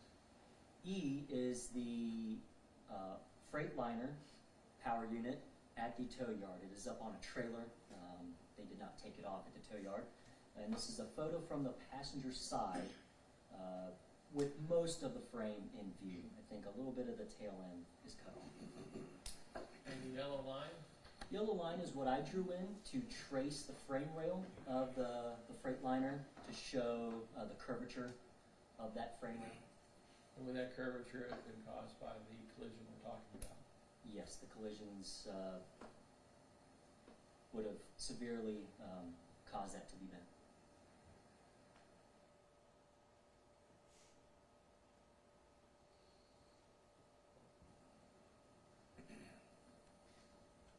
Looking at photographs, page 25. These photographs are, again, a Nissan. Yes, the main components, the largest whole pieces that we could kind of assemble from the Nissan.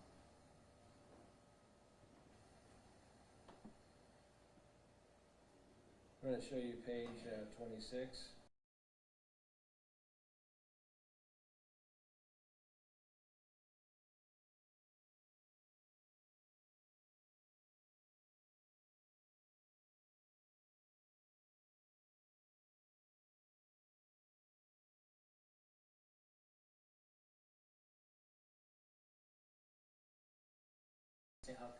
Control and trying to determine from recollection where they would have been. And so the top of this is exhibited as Mr. Wagler, the driver that we heard from, Yes, the front of the bus is the top. and the bottom is the restroom. Correct. And that bottom area is principally where the collision landed on the bus. Yes. And the deceased are in the shade of red there. Yes.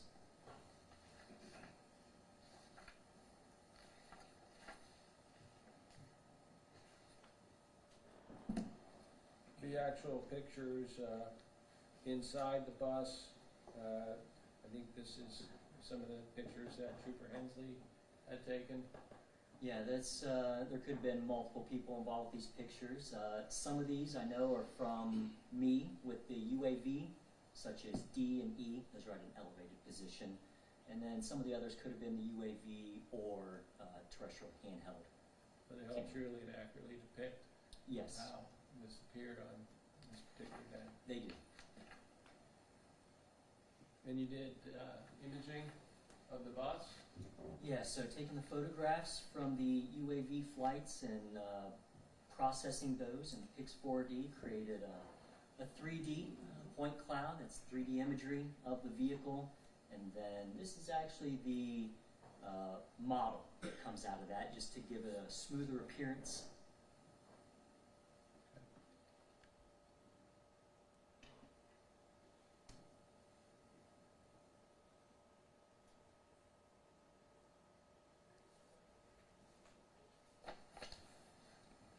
Page 35 was the steering gearbox that we talked about. Yes, the start of various pieces of evidence that reference pre-crash actions by the various vehicles, and the steering gearbox was one. Okay. And this would be the steering gearbox out of the Freightliner. Yes, and these are the actual photos taken at the manufacturer when they were disassembling the unit to look at it.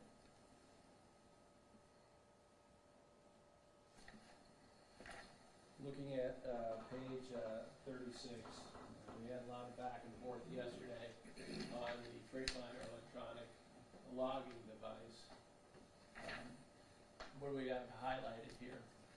Highlighted are the last two recorded points that were provided for the ELD, one at 8:46 and one at 8:48 a.m. Okay. And the last recorded speed other than 0 is what? The vehicle was stopped at that point, and based on the timestamp, this would have been post-collision. Okay. And the last moving speed of the Freightliner would be what? It's recorded as 74.7 miles per hour. Okay. And there looks like there's a few other speeds that are logged here at various different time frames. There's some at the yard, or this Lee Street, how about I say it that way, that are at 0. Yes. And it looks like there's two different, numerical addresses there. 1111 Lee Street, and the other one is 1117 Lee Street. Any significance in terms of looking at the odometer here as to those first or those bottom 4 loggings for Lee Street? Yes, when I look at that, first off, that Lee Street address is where Mr. McDonald stated he parked his vehicle.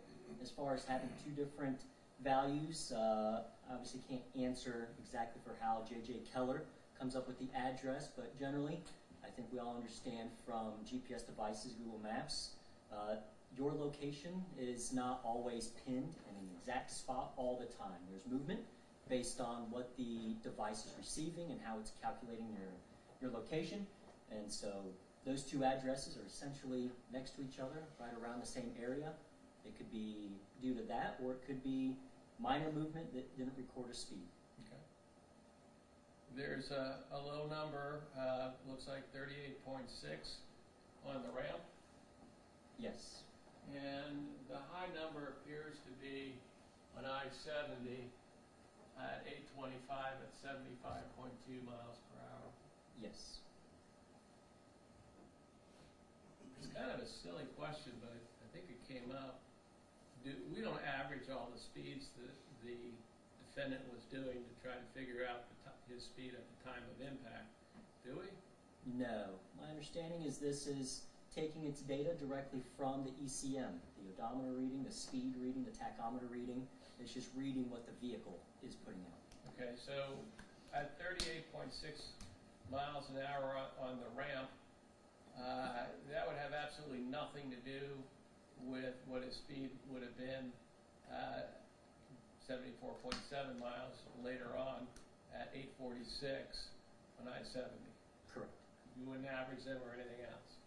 No, I would say generally in our industry, averaging, it needs to be understood when you're doing averaging because of what it can and cannot tell you. But averaging, especially the longer distance, the longer time, the average is going to mean nothing. Okay. So the number that would matter here would be 74.7 miles an hour. The one closer to impact, yes.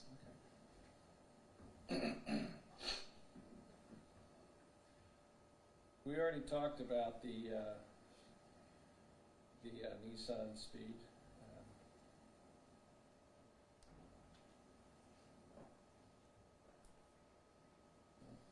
I'll just move past this. I'm looking at page 40 at this point. It looks like there were Garmin coordinates. This would be from the bus. Yes. Okay. Would these line up to the time frames that the bus or where the bus is at? Yes, this is taking the GPS coordinates and the timestamp in that Garmin GPS device and plotting them on a map. So if I was looking at image C, does that go back to, I believe, page 15 where you had drawn the different areas of the collision, area 1, area 2, area 3, 4, 5? Yes, to the far left, the last 3 points there, 847, 52, 42, and 33 are around that collision site.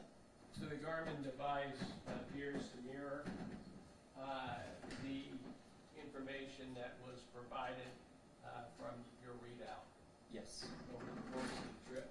Yes.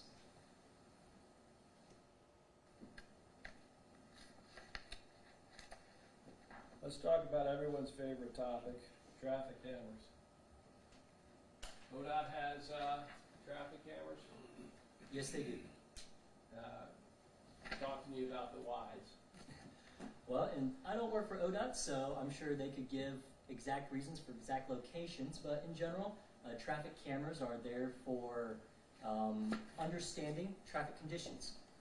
When we have buildups in traffic, slowdowns, it can assist in dispatching personnel to the various areas where that congestion occurs, as well as, from our standpoint, evidence. And so if a crime were to occur on the roadway, a camera can be very beneficial in understanding what was happening for that crime. So the cameras are put up for various reasons, and for ODOT on our public roadways, I would say in general it's for safety.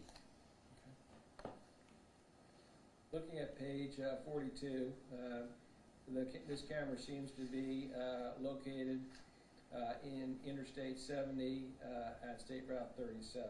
That is correct. What are we seeing here, sir? So the 4 images capture the vehicles involved. State Route 37 was the last camera, so all 6 vehicles are here. A shows the McKesson medical truck, which has the camera in it behind the Freightliner that we saw pre-impact. B shows the Van Hool bus behind the McKesson, as well as the Nissan. Well, the Nissan's out of view right here, but B shows the Nissan also trailing behind the Van Hool. C shows the Volvo tractor trailer, and then D shows Mid-State Systems truck in the right lane, as well as the Toyota Highlander in the left lane. So at some point, it looks like the Highlander passed the Freightliner. Yes, the position of the vehicles at State Route 37 was different than the position and the lineup at collision. Okay. And what about location 3, Interstate 70 at State Route 79 East? Yeah, State Route 79 is now further east of State Route 37, but this is a similar setup where going through, A shows the McKesson truck, B shows the Van Hool and the Nissan, C shows the Volvo, and then D shows Mid-State Systems. The Toyota actually got on Interstate 70 from State Route 79, and the on-ramp is west of this location, which is why there's no Toyota captured on this camera. Just some call-outs on this. You have circled under A, a couple vehicles. Yes, so this camera was the one that captured the Toyota Highlander entering the interstate. And it entered on the ramp, it was just ahead of Mid-State, and then the Mid-State truck passed the Highlander as it moved to the left lane at this point. So the Highlander initially started out behind Mid-State Systems from State Route 79. And B? And B is the Highlander on the left and Mid-State Systems on the right. Okay. And C? C is both of them circled as Mid-State passes the Highlander nearing the end of the ramp. In terms of speed calculations, were you able to do speed calculations based upon any of this camera information? Yes, on those previous pages, there's the overall speed calcs Okay. for each of the vehicles and each of the cameras. So the State Route 37, on page 42 there down at the bottom, is a table of the low and high end based on the speed calculated from the camera. And how would that be done, sir? The basic premise is you need a distance and you need a time. The camera shows you visually where the vehicle is, so looking for reference points. That reference point, then you can measure a distance between those reference points where the vehicle traveled and measure the time that it took to pass those reference points, and you can get a calculated average speed between those reference points. Okay. And the McKesson low speed was? 58, The Nissans? Nissan 63, And high? high 66 for the Nissan, The Volvo? Volvo 69 to 72, The Freightliner of the defendants? 72 to 75, And the Toyota? 75 to 76, And McKesson was? 58 to 61. And the main point of calculating that speed is to understand what the vehicles were basically doing with respect to each other. The video was at a distance, the reference points were at a distance, so this was not intended to be something capturing the exact speed down to the decimal point, but rather to understand what was this vehicle doing. Was it going faster or slower? As well as when matching it up to the other evidence, say for the Van Hool, in the Garmin GPS, when we got a speed of the Van Hool at a particular point near State Route 37, if I calculate the speed of the Van Hool based on the video, do those match up? Do they match up well enough to say that what I'm seeing is an accurate representation? So that was the procedure here. Mr. Murphy, why don't we take a quick recess? Okay. Be back in 15 minutes. All rise. We're just out of recess.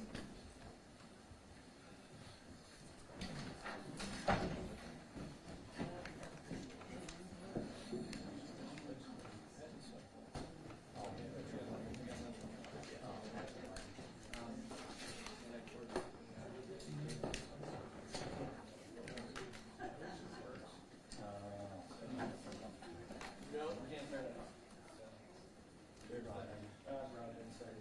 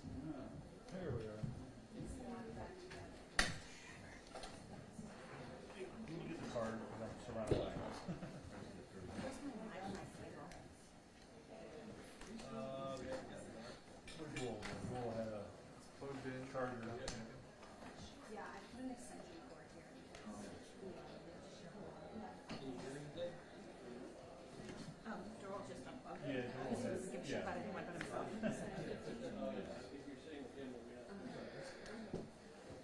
Brian, do you want me to take the card down to Chris? Sure. You have another one, don't you?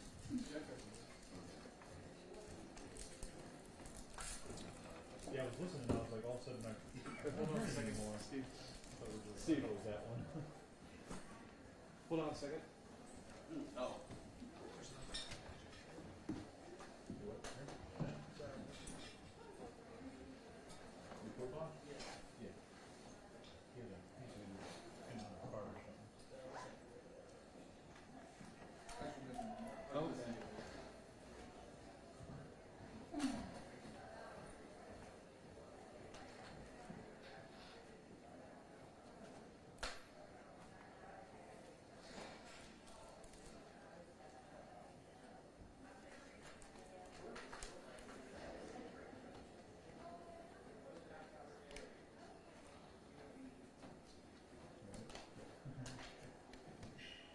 Squeeze him in there.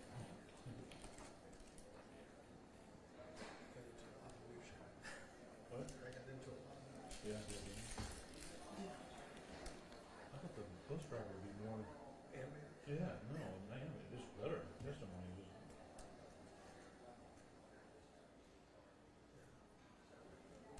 It's funny, man. It's having gone through a auto accident where I broke my leg. yeah.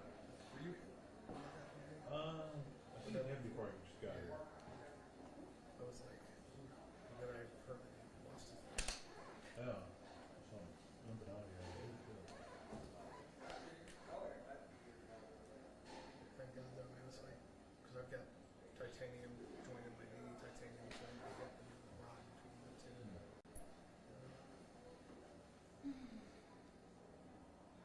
I'm amazed every once in a while I'll set off a metal detector and patch it down. And I got a titanium Everything right in. rod. Yeah. It was a long time ago. Yeah, 1995. Yeah. I mean, I probably, at least once a month, I drive right over where it happened, on You were in? 33. No, 33. I got hit coming kind of on my wrong-way driver, in my new car. Broke my left leg from my knee to my hip in 8 places. Just accordion my femur, just destroyed my femur. What happened to the other driver? He walked away. He was in a Cadillac, big old boat. I mean, he was sore, I'm sure, and banged up. You know, the both front end of the, was in a minivan configured as a live truck, so it was out all the way in the back. It just came in like this and just crushed my knee and my this and my legs, which. So I was out from shooting for just about a year. I came back to edit, you know, about 6 months to get video camera.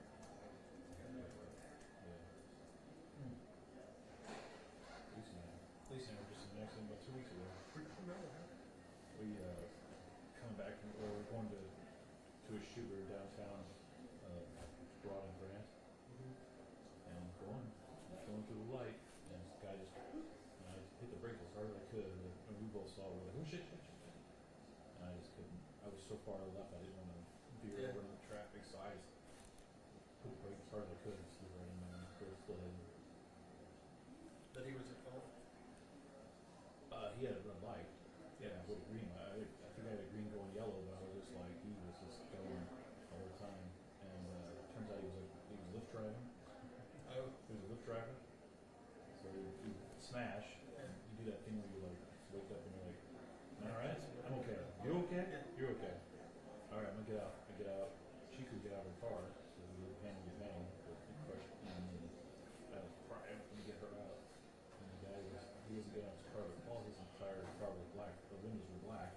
So I did this thing, you know, I tapped on the window because I'm like, oh, this guy's angry. He's got a gun, you know, people with it. I'm like, tap, tap, tap. You all right in there? You know, back off, start taking pictures. He comes out. We start talking to him or whatever. And, he's, I think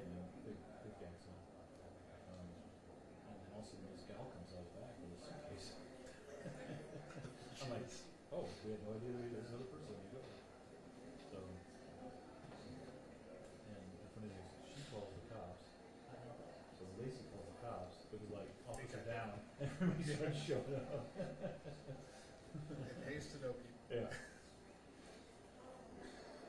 It was funny because Full cops and an ambulance show up.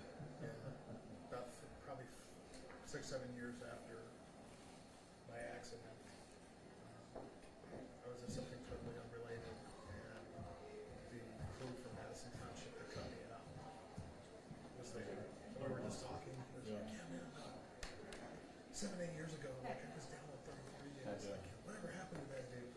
That was me. You're looking at me. Oh my God, he was like, "I didn't think you were ever going to walk again. When I saw you leg, I was like," because they said, when they were pulling me out, there was no structure to the leg. It was just You said like that this, you were telling me that, you know, and it was like upside down, like going this way, and they were just like, "Oh my God, this guy's never going to walk straight." Yeah. No, I've been highlighting stuff. I guess it is the Olympics, yeah. Yeah, the fortunate thing for me, Yeah. you know, talking to the doctors and everything, was just like it didn't have anything, nothing happened to tendons, any of the structures of the hip. It was just clean breaks all around. Yeah. And he said, you know, I know you don't want to hear best case scenario, but he said,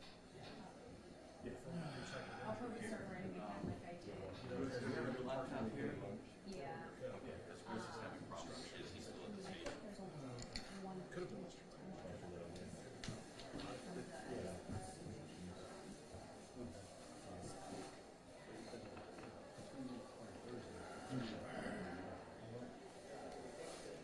Yeah, there was, nobody stopped the witness.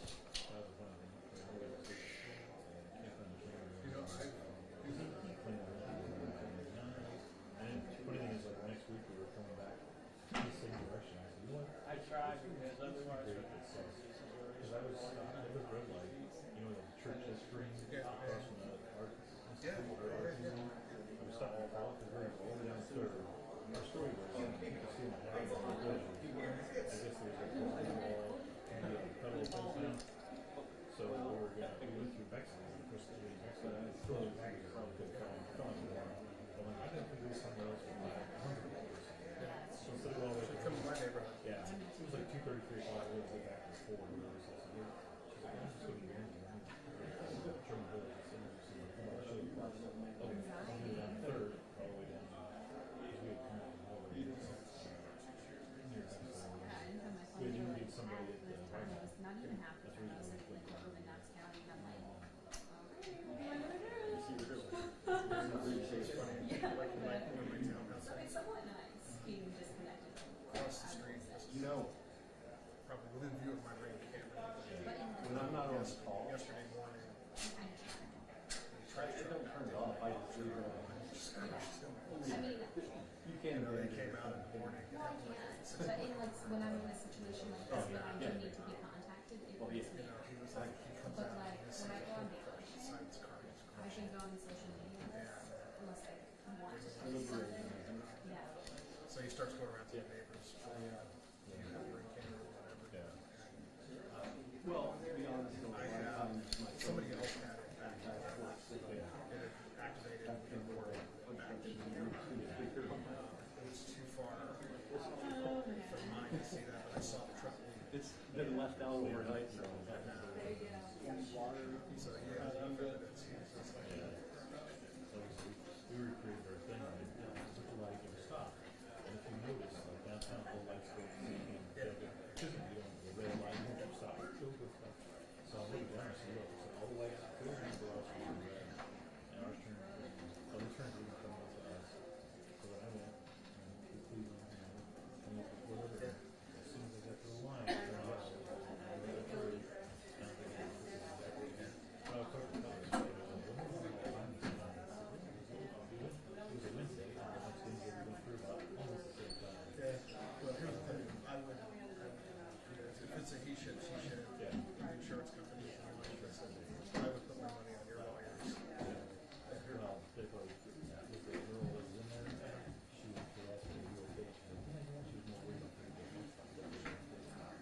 So she's coming, she's working. Because of who hit her? Sure. I mean,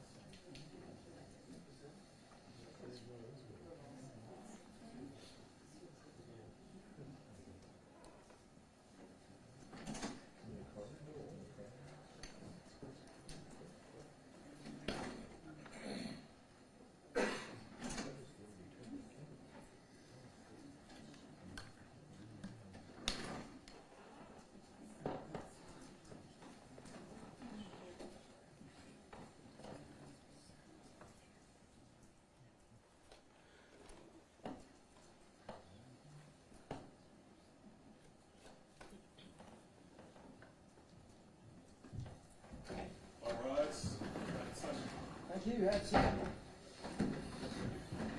All right, we're back on the record. Mr. Murphy, you may continue. Thank you, Eric.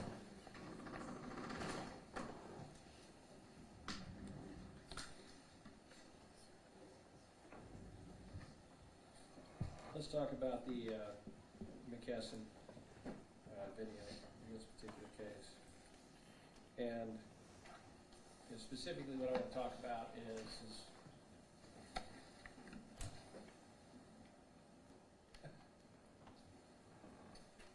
specifically I want to talk about the actual video itself that we saw earlier. This would be the vehicle that was following behind the defendant's Freightliner. Is that accurate? Yes. Okay. You had some commentary on this in terms of frame speed, in terms of time frame. What are we looking at in terms of the video itself that was recovered? What we're looking at is a forward-facing dash cam inside the McKesson truck, facing westbound, and it's in the right lane, and ahead of it, you see the Freightliner. Okay. And the actual video itself, we have this marked as a separate exhibit as well for purposes of PowerPoint that we had put together on this.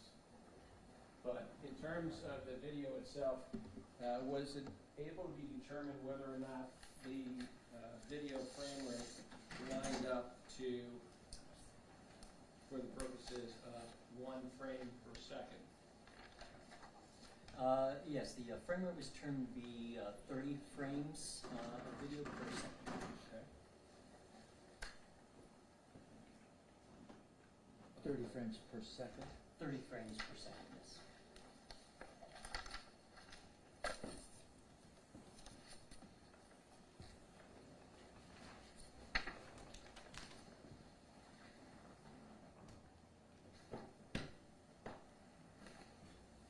And I want to go back and now look at State's Exhibit 18.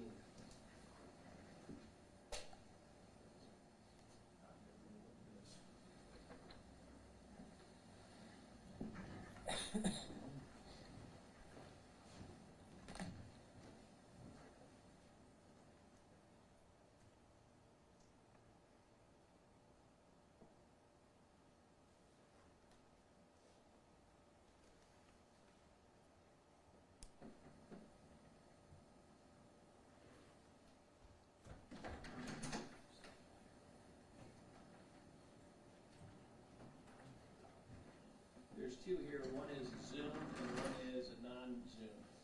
The first one is normal. We've already looked at that with the prior witness. The second one is a zoomed PowerPoint.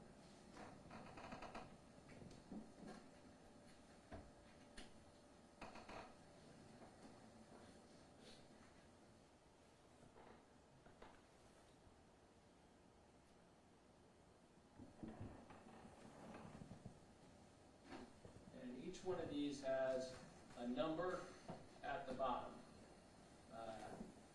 You see the first one shows 1. I do. Okay, so that would be the first frame that we're looking at here. Yes. Okay, and so this frame would line up with each second that went by. Are you saying that this frame itself? Well, this is the first image that we're looking at. The next one that we have is 2, and then we have a total of 56 frames for 56 seconds of this. Okay, so this is a full second worth, yes, okay. Okay, so this is, the first second we have here is where the video starts. We have it in zoom mode so that the vehicle following the Freightliner appears to be closer. Is that accurate? Yes. Okay. And this is the dash cam video that was recovered from who, sir? From the McKesson medical truck. They sent it to us voluntarily.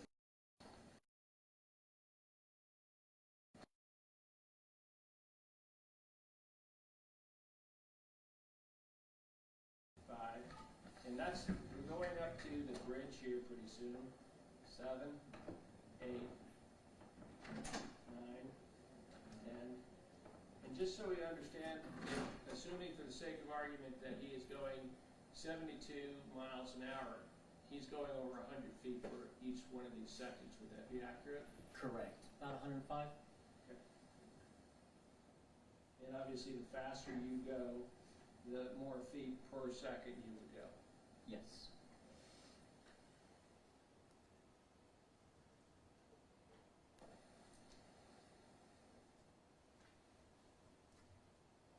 He's now arriving, it looks like, at the bridge, and I'm a frame or second 25 from the start.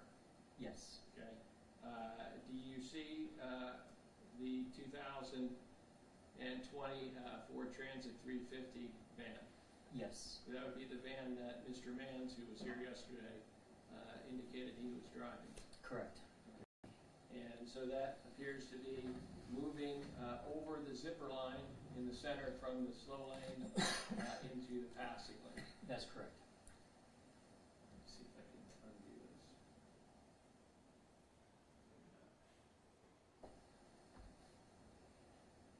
And now I'm at frame 26. He seems to be all the way in. Yes, it does look like that. Frame 27. Still seeing where he's supposed to be at. He's in the fast lane at this point. Yes, looks like you can see the full vehicle.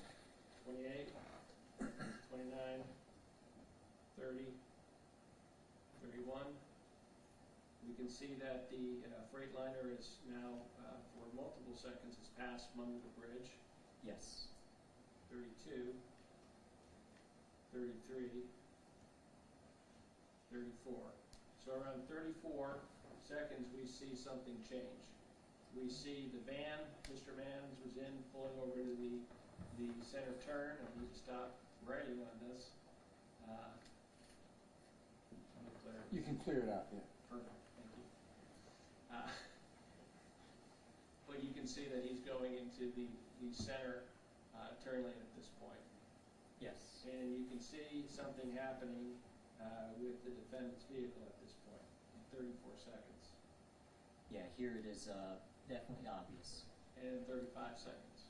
Yes. And just so we understand, from 34 seconds to 35 seconds, assuming he's only doing 72 miles an hour,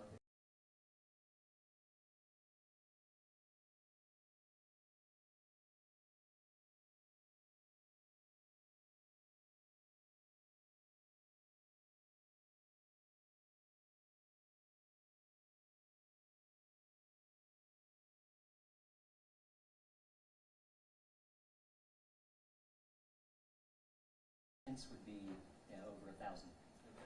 and you measured the distance from the bridge to, I guess, impact zone or zone 1 on your graph as being about 800 feet. Correct. So what we're seeing here is about 800 feet from the bridge. I saw a sign of first collision at about 33. Okay, well, let's back up a Very little. subtle, but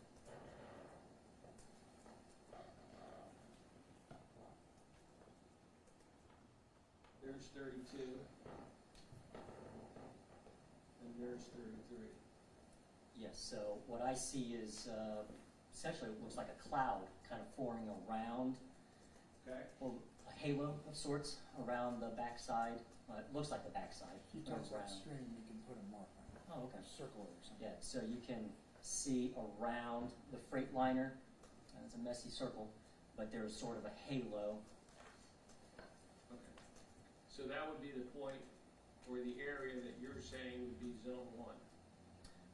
Yes, since this is only 1 frame per second, there are additional frames, so it might even be a little bit before this, or it could be right at this point, but definitely from 32 to 33, there is that change. And this distance from the bridge to that location is 800 feet. So yes, the distance from that first impact to the bridge, about 800 feet. Okay, so you think frame 33 is the final spot, and then moving backwards,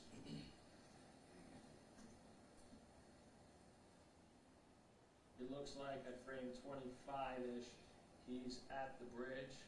Yeah, so 26, there's that shadow on his trailer, and the shadow, based on the angle of the sun, would be a little bit west of the bridge. Or past the bridge, closer to, Yeah, so frame 26, the trailer should be beyond the bridge by at least a little bit, but essentially 25 to 26 is that bridge point, yes. okay. And 24 appears to be the first spot where the, you see Mr. Mann's vehicle moving?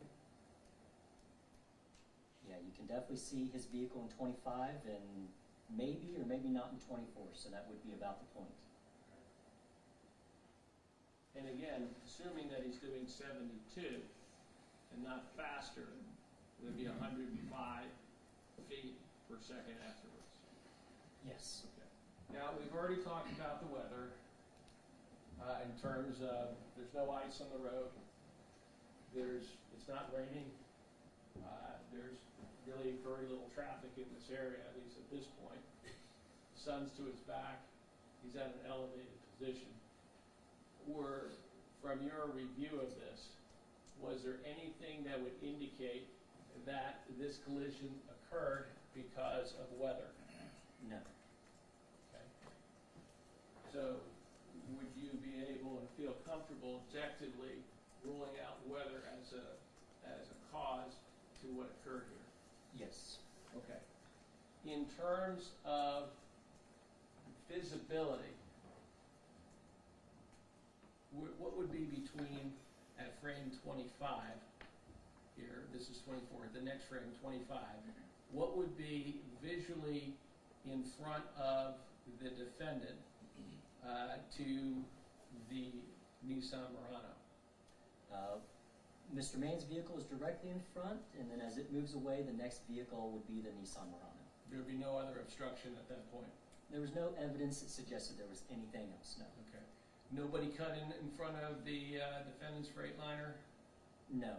Okay. There's nothing that fell onto the roadway or anything like that? Nothing was brought forth of that, no. Nothing that would have obstructed the defendant's ability to see the vehicles in front of him, specifically the 2015 Nissan Murano? Correct. Okay.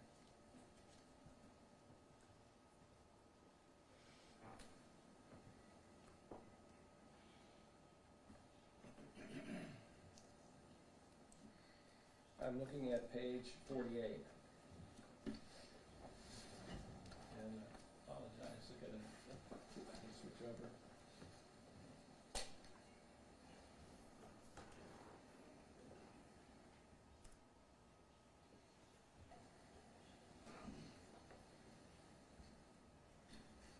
What are we looking at on page 48 of the report? This is something that I did to get a qualitative sort of look at the speed of the Freightliner with respect to the McKesson truck. Okay. So, as we were seeing, frame to frame, the Freightliner was always in front of the McKesson truck. But what I had started to notice was that it looked like it was getting smaller, just visually. And so what I did was, at 3 different frame points, the first frame on the video, one sort of in between, and then one definitely at the point of impact that was pretty evident to see. Drew a box around the rear of the trailer of the Freightliner to see if there was any sort of visual size difference. And so this is the composite of those rectangles drawn on the rear of the Freightliner. And so it shows that at the start of the video, it was a certain size, and then as the video progressed and the Freightliner moved down the road and McKesson moved down the road, the Freightliner appeared smaller. So if it appears smaller, it is moving away from that vehicle with the video and would be higher speed than the recording vehicle. Okay.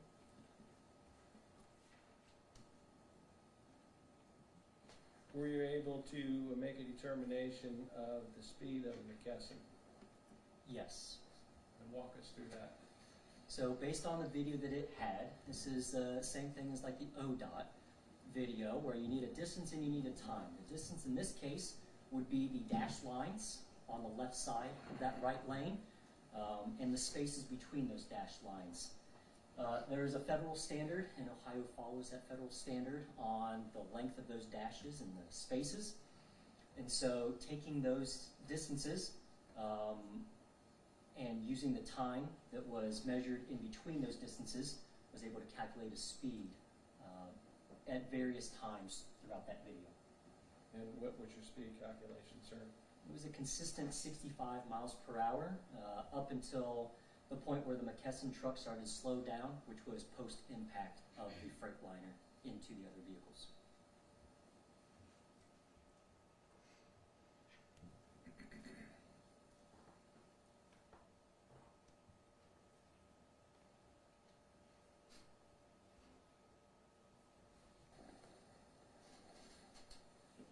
Before we discuss cell phone records and information, were you able to determine the speed of the defendant at this point in time? Not from that video. No, the McKesson truck video was not of a quality nature where I could determine the speed. Okay. Were you able to determine the speed of the defendant's Freightliner at some point? Yes, based off of the impact with the Nissan and that event data report from the Nissan, it was calculated to be at least 72 miles per hour. And when you say at least, what would be at most? I think it's reasonable to be another mile per hour or two above that. A semi is a lot larger than the Nissan, therefore the decrease in speed from the collision will be a lot less than other vehicles in collisions. And so at least 72 miles per hour based on the change of velocity the Nissan experienced, and any little differences like friction on the roadway, the loss in the collision due to the vehicle dynamics, could have been another mile per hour or two above, potentially. Would you rule out the ELD speed of 74.7 miles an hour reported by the Freightliner's vehicle? No, I would not rule that out. That 74.7 was recorded as 846. Given that that time matches up with the other times, that is a minute or less to the collision, and so it could have been an accurate speed.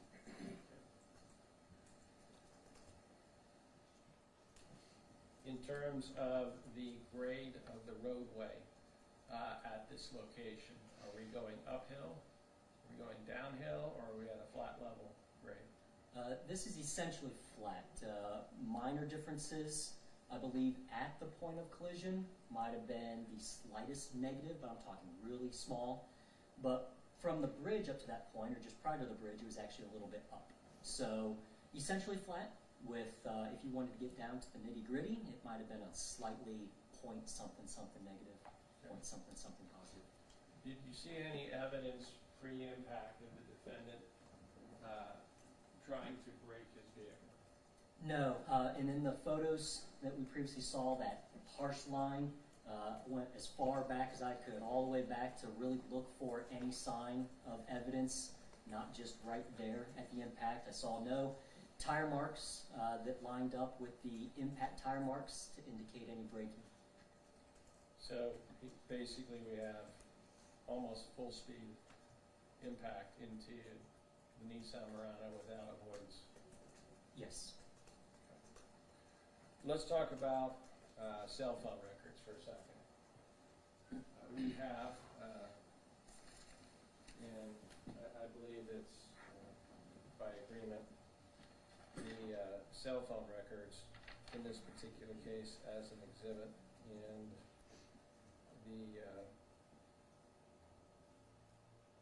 the exhibit 14 in this particular case in front of you in the book. But before you go to the book, I want to talk to you about your report, because I think your report covers that area. In this particular case, there are other logs that were filled out by the defendant as to his drive time, his sleep time, his on-duty time. Is that pretty standard for a truck driver who's traveling the route that the defendant was traveling? Yes. Okay. And in terms of cell phones, in there we had a couple conversations about it yesterday. But are you familiar with the concept of a forensic baseline for cell phone activity? Yes. And if you could put that into English for us as to what that means to you. If you're not using your phone, it's not going to be functioning, whether it's phone calls, text messages, or data. And then when you're using your phone, when it is in use, then there will be activity associated with that that would be different from when it's not in use. Okay. Could that be a differentiation between bytes up and bytes down as well? Yes. Okay. There was some concept that was brought off that these things shut themselves on and off. Are you familiar with what that concept is? No. Okay. In terms of the records here that were obtained from AT&T, were you able to look at those? Yes. And did anything catch your attention? What caught my attention is they were the records from the day of. So from midnight to 9 a.m. is when the records were pulled. And so the totality of the records had phone calls, text messages, and data.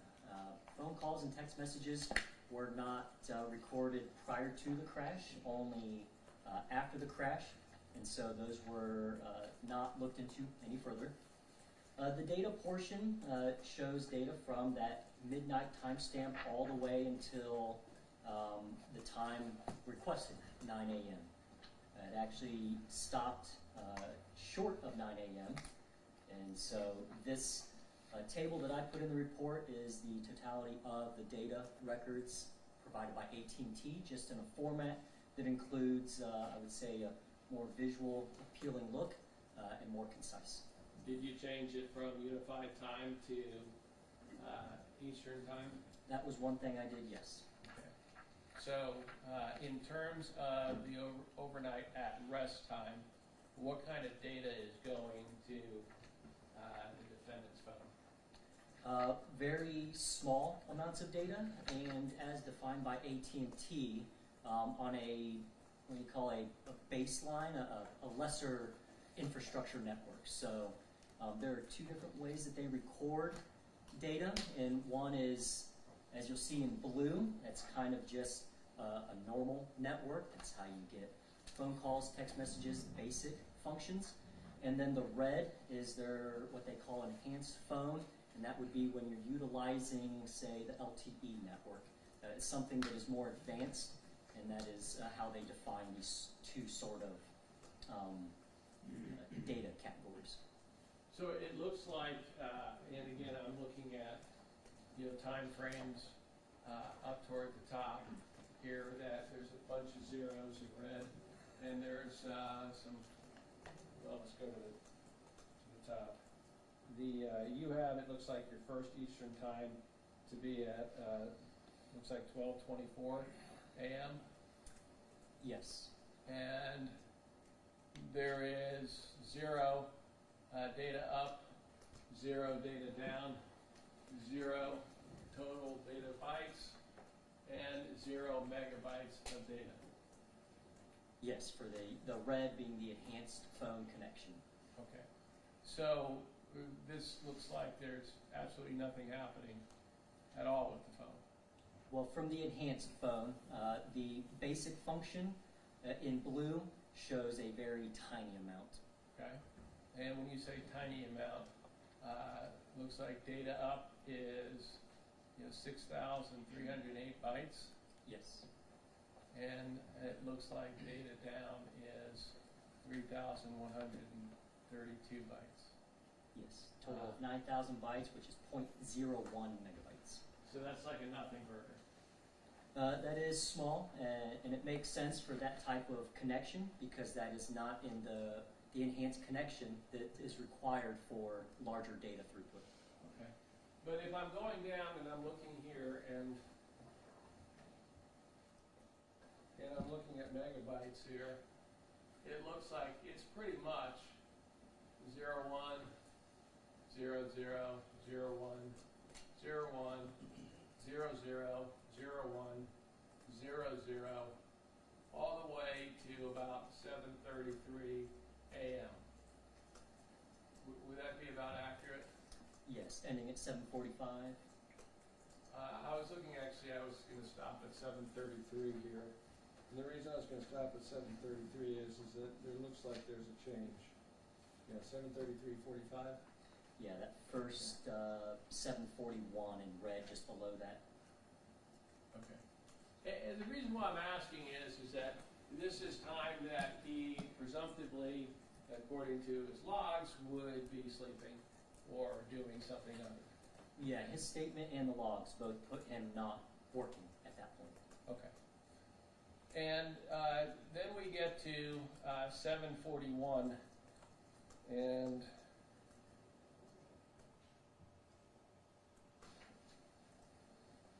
it looks like there's change. And you said red is what? Red is what AT&T calls enhanced phone. And so the two different categories, they have sort of your base architecture, as they call it, and that is just what every phone would have, the ability to do those basic functions of a cell phone. And then the enhanced phone would be for, I would say it could be anything like smartphone, anything that would require that larger data throughput. So that's something they developed, and it's just two different ways of tracking the types of data. Okay. And just so that I understand here, it looks like we went from pretty much 0, 0, 0 total data in megabytes to there's occasionally 0.01 megabytes to a first appreciable amount of 1.55 megabytes. Is that accurate? Yes. Okay. And that's at 7:41 and 14 seconds a.m. Yes. And there is a difference between bytes up and bytes down. Bytes up appear to be, well, you need the numbers, 399921, and bytes down 1228670 with total bytes. So there's appreciable data starting at 7:41:14 going to this phone. Yes, the phone is interacting with the network in a way that was not previously doing. Okay. And so we understand this is a Samsung S22 phone. Yes. And so we understand this phone burned up in the cab. Yes. So it was not recovered. Correct. And so we understand the best evidence of the phone use actually would be had his phone not burned up in the cab. Correct. That would obviously be ideal. We can have forensic individuals look at the phone. They can use specialized software, hardware, to download, extract, look at what was actually being used at the time potentially. And in this case, without a phone, that was not possible. The best evidence isn't available at that point. Correct. Okay. So looking at the first event, we're moving from pretty much 0 total megabytes to 1.55 megabytes at 7:41 and 14 seconds. That would be at 7:41 a.m. in the morning. Yes. And Mr. McDonald would be at work.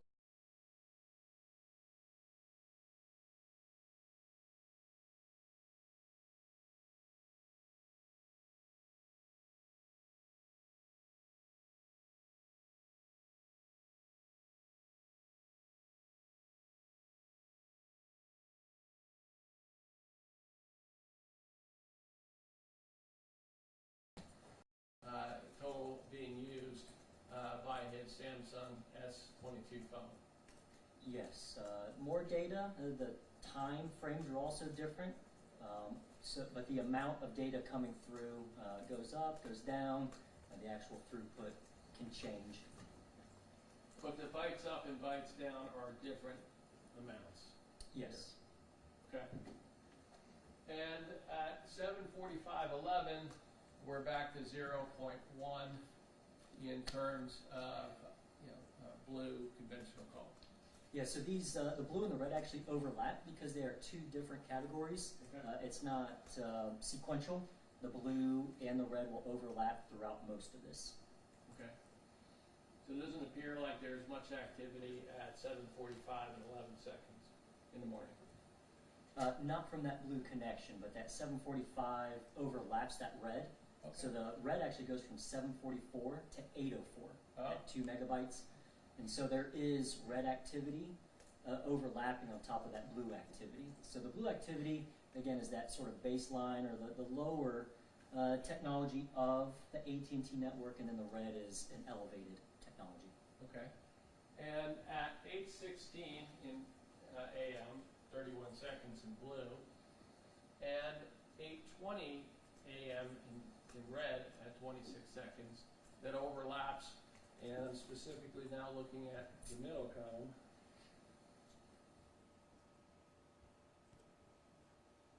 That overlaps here.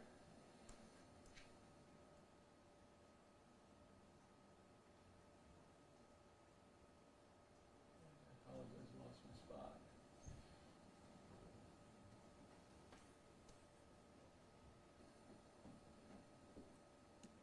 Right here. What we seem to have at this point is 53.87 data megabytes. Yes, 53.87 for the red connection.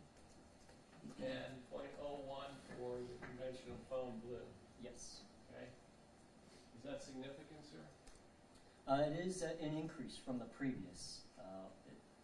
On top of having a larger amount of data, is also a larger amount of throughput of data per second per minute. When you say throughput, what do you mean? So the data there, the 53, is a total amount of data over that time frame. The throughput then is per second or per minute, which is how you can start to understand what was in use potentially, or how it was being used. Was it a small amount of data coming through per second? Was it a large amount coming through per second? And that is on the far right column. That average data use is increasing from the previous. Okay. And then we go down to the next significant marker, so I don't lose my place.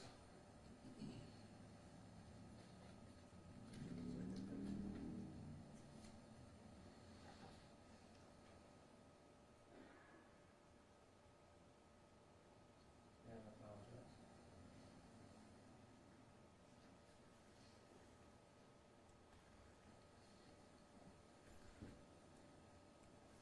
Okay. We're now down to 8:29 in the morning,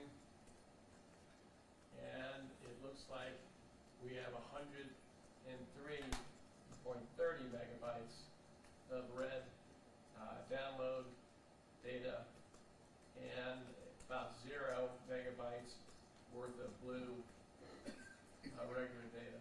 Yes. So that's pretty much twofold increase from just a few minutes earlier.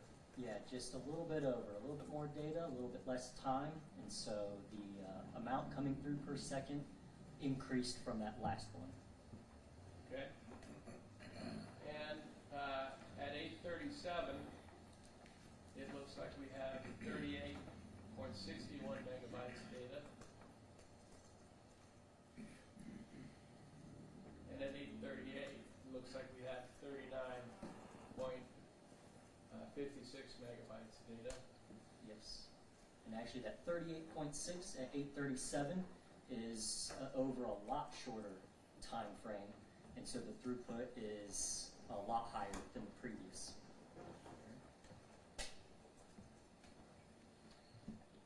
So right around the time of the collision in this particular case, this phone seems to be receiving data, Yes.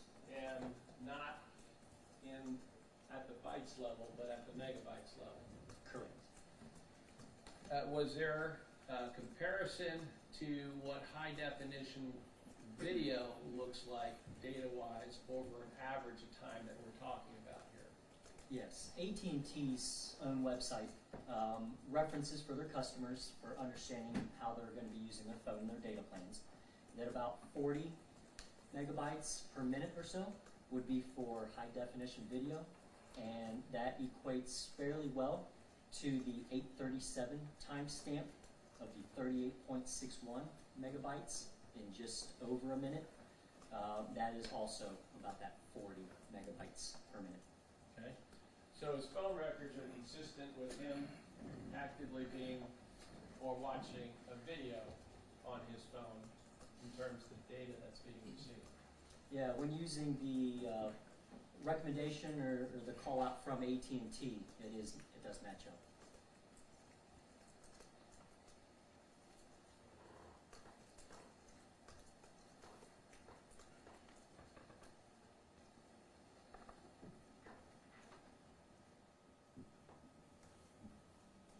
And just so I'm following along here, in terms of other distractions that you investigated in your report, were there any other distractions that you found from your investigation or something that would have prevented the defendant from looking at traffic out the window of his vehicle in this particular case? No, No obstructions? not that I saw, no. No intervening cars or any other intervening activities of any third parties? No. And, sir, would the cell phone be considered one of those potential problems or distractions for use in a vehicle if someone is watching a video? It definitely would, yes.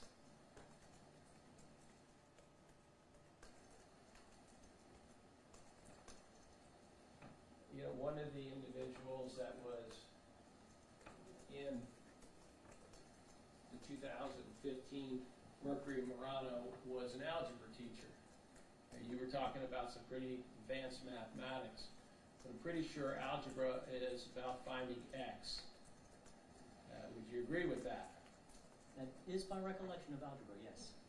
In this particular case, from the information that you have and that you recovered here, would a valid finding for X be that he was using his cell phone and not looking at the roadway as he was required to do? Yes, it does explain what we see.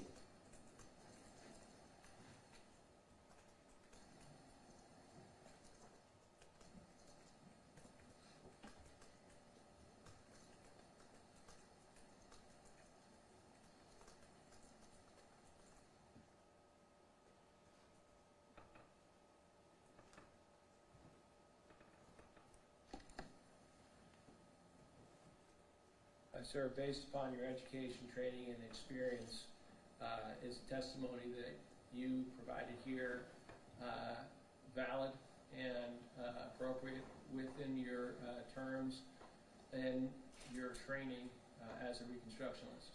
Yes. Thank you. I have no further questions at this time.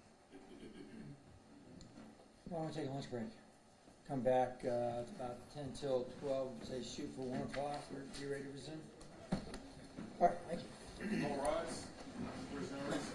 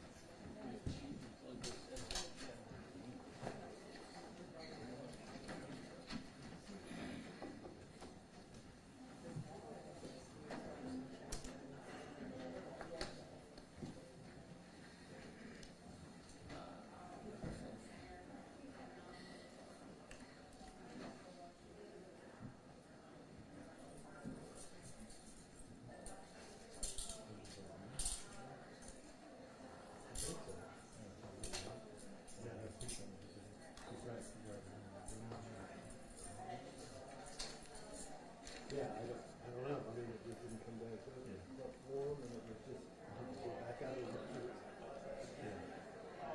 It's been raining the last 4 days. I mean, I just feel like the water will